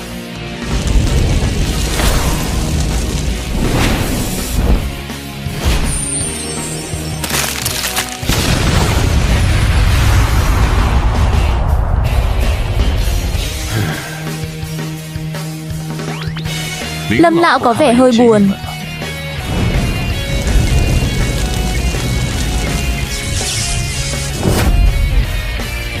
Hầu lão quái trong vòng 3 ngày có thể thành công. Theo dược liệu hắn dùng, hắn lần này luyện chế hẳn là thân tuyển đan. Nếu đan dược này luyện chế thành công, chắc chắn sẽ dẫn đến lôi vân cửu sắc. Lão gia hỏa này mấy năm nay luyện dược thuật tăng lên không ít. Nếu Tiêu Viêm muốn thắng hắn, chính là thật sự phải luyện chế cửu phẩm đan dược. Nhưng làm thế nào Bồ đề đan có thể tăng lên? Tất cả đều không thể đột phá đến cửu sắc lôi vân. Chắc hắn ta có ý tưởng của mình.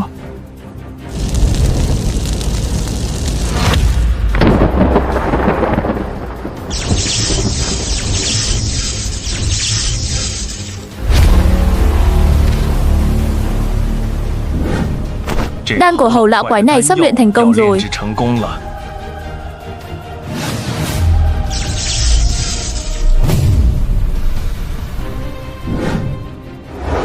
Quả nhiên là cửu sắc đan lôi.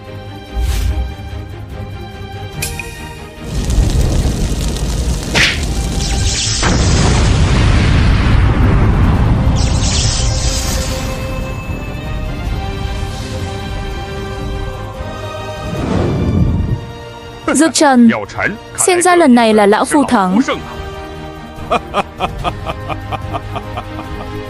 Vậy thì không chắc.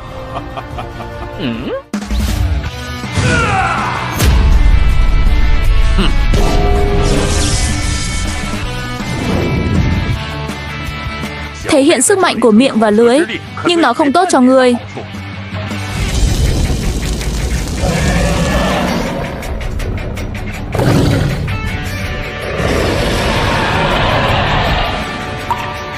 Chẳng nhẽ đây là... Trong hỏa đỉnh có một chút đan dược dao động.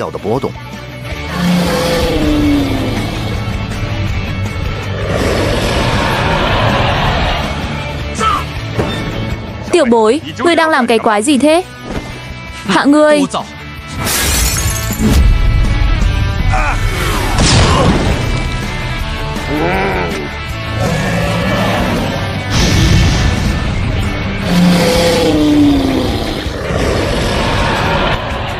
Hỏa Long Thiên Đan.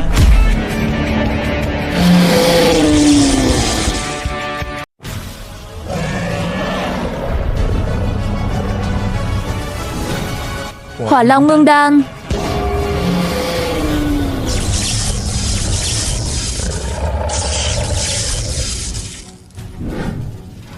Đây là sự biến động của đan dược.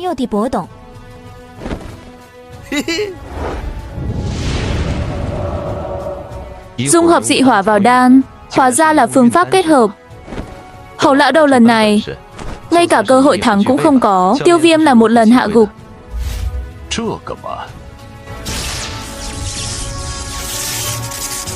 Kết hợp dị hỏa, nhưng cần có khả năng kiểm soát và sức mạnh linh hồn đạt đến một mức độ cực kỳ khắc nghiệt. Thông thường luyện đan đều không dám sử dụng phương pháp này. Đệ tử này của Dực Trần có chút không tầm thường.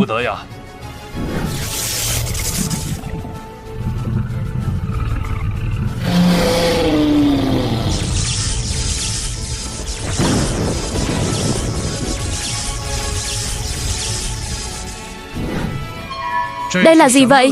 Có thể làm cho đám mây sấm sét chín màu sợ hãi như vậy. Tiêu Viêm này lại đang luyện chế cửu phẩm đan dược.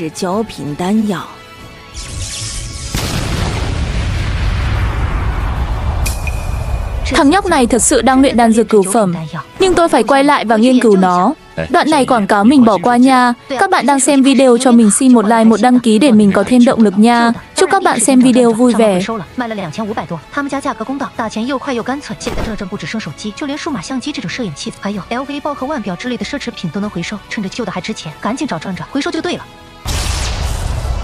Đây là uy lực của đan dược cửu phẩm. Thật lợi hại.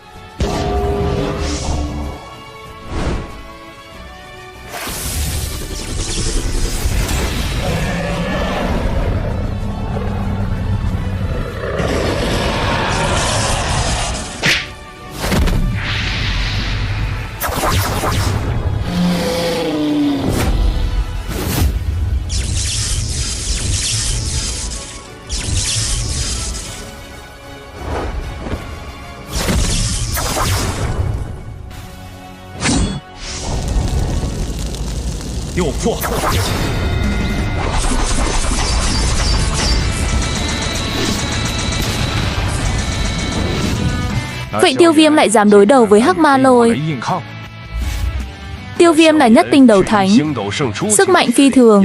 Để đối phó với một con Hắc Ma Lôi không phải là vấn đề quá lớn. Số lượng loại Hắc Ma Lôi này không bằng bát phẩm, nhưng uy lực lại cực kỳ đáng sợ. Cú đánh vừa rồi, cho dù là nửa thắng cường giả cũng không dám tùy ý đỡ. Có vẻ như cuộc tuyển chọn này Tiêu Viêm đã chiến thắng. Như vậy, liên minh đó, tôi em là họ đã chiếm ưu thế.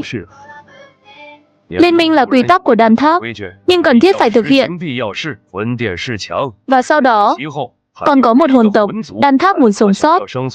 Tìm kiếm bằng hữu là cách sáng suốt.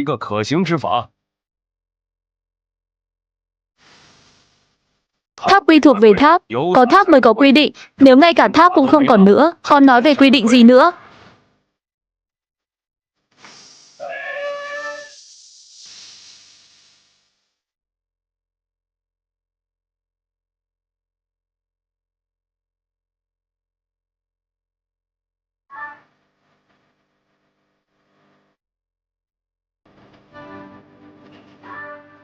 Muốn chạy.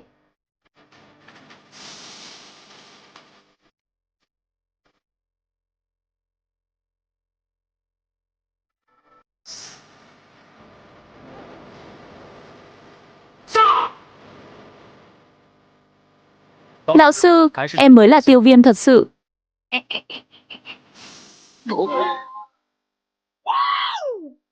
Thật thú vị, đây có phải là cửu phẩm đan dược không? Con có thể biến thành hình người.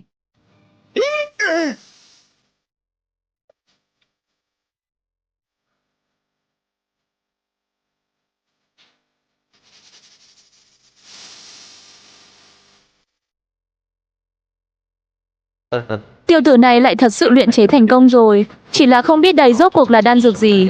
Cửu phẩm, nếu không có đơn thuốc thì không thể luyện chế được.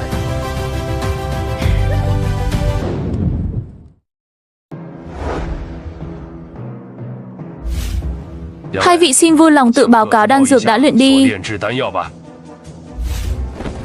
Đây là Diêm Ma Thanh Huyền Đan, 9 màu đan lồi bát phẩm đan dược. Nếu là tu luyện thuộc tính đấu khí nuốt, sẽ có sức mạnh để thúc đẩy sự biến đổi, do đó tăng sức chiến đấu.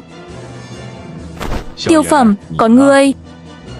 Bồ đề đại hoàn đan, cửu phẩm đan, hiệu quả không khác nhiều so với bồ đề đan. Chỉ khác ở bồ đề đan là có thể tăng lên, vượt qua một nửa tỷ lệ thành công, tăng gấp đôi thôi.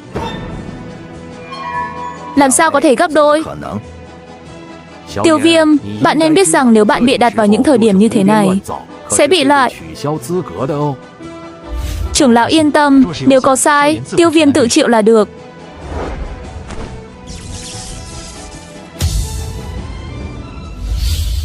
Trong trường hợp đó, chất lượng của bồ đề đại hoàn đan tốt hơn Diêm Ma Thanh Huyền Đan. Vì vậy, người chiến thắng cuối cùng là tiêu viêm.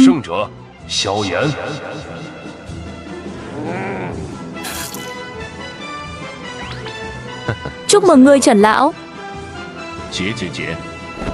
Đệ tử của ta rất giỏi. Lão già có một đệ tử tuyệt vời. Cái này, tôi em rằng nó đã tỏa sáng trên bạn tốt hơn nhiều rồi.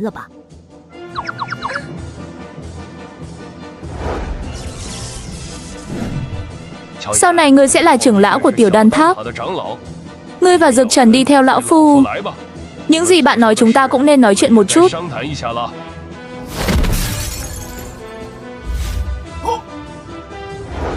Đi đi, điều tiếp theo đơn giản hơn nhiều. Có rất nhiều hy vọng cho liên minh.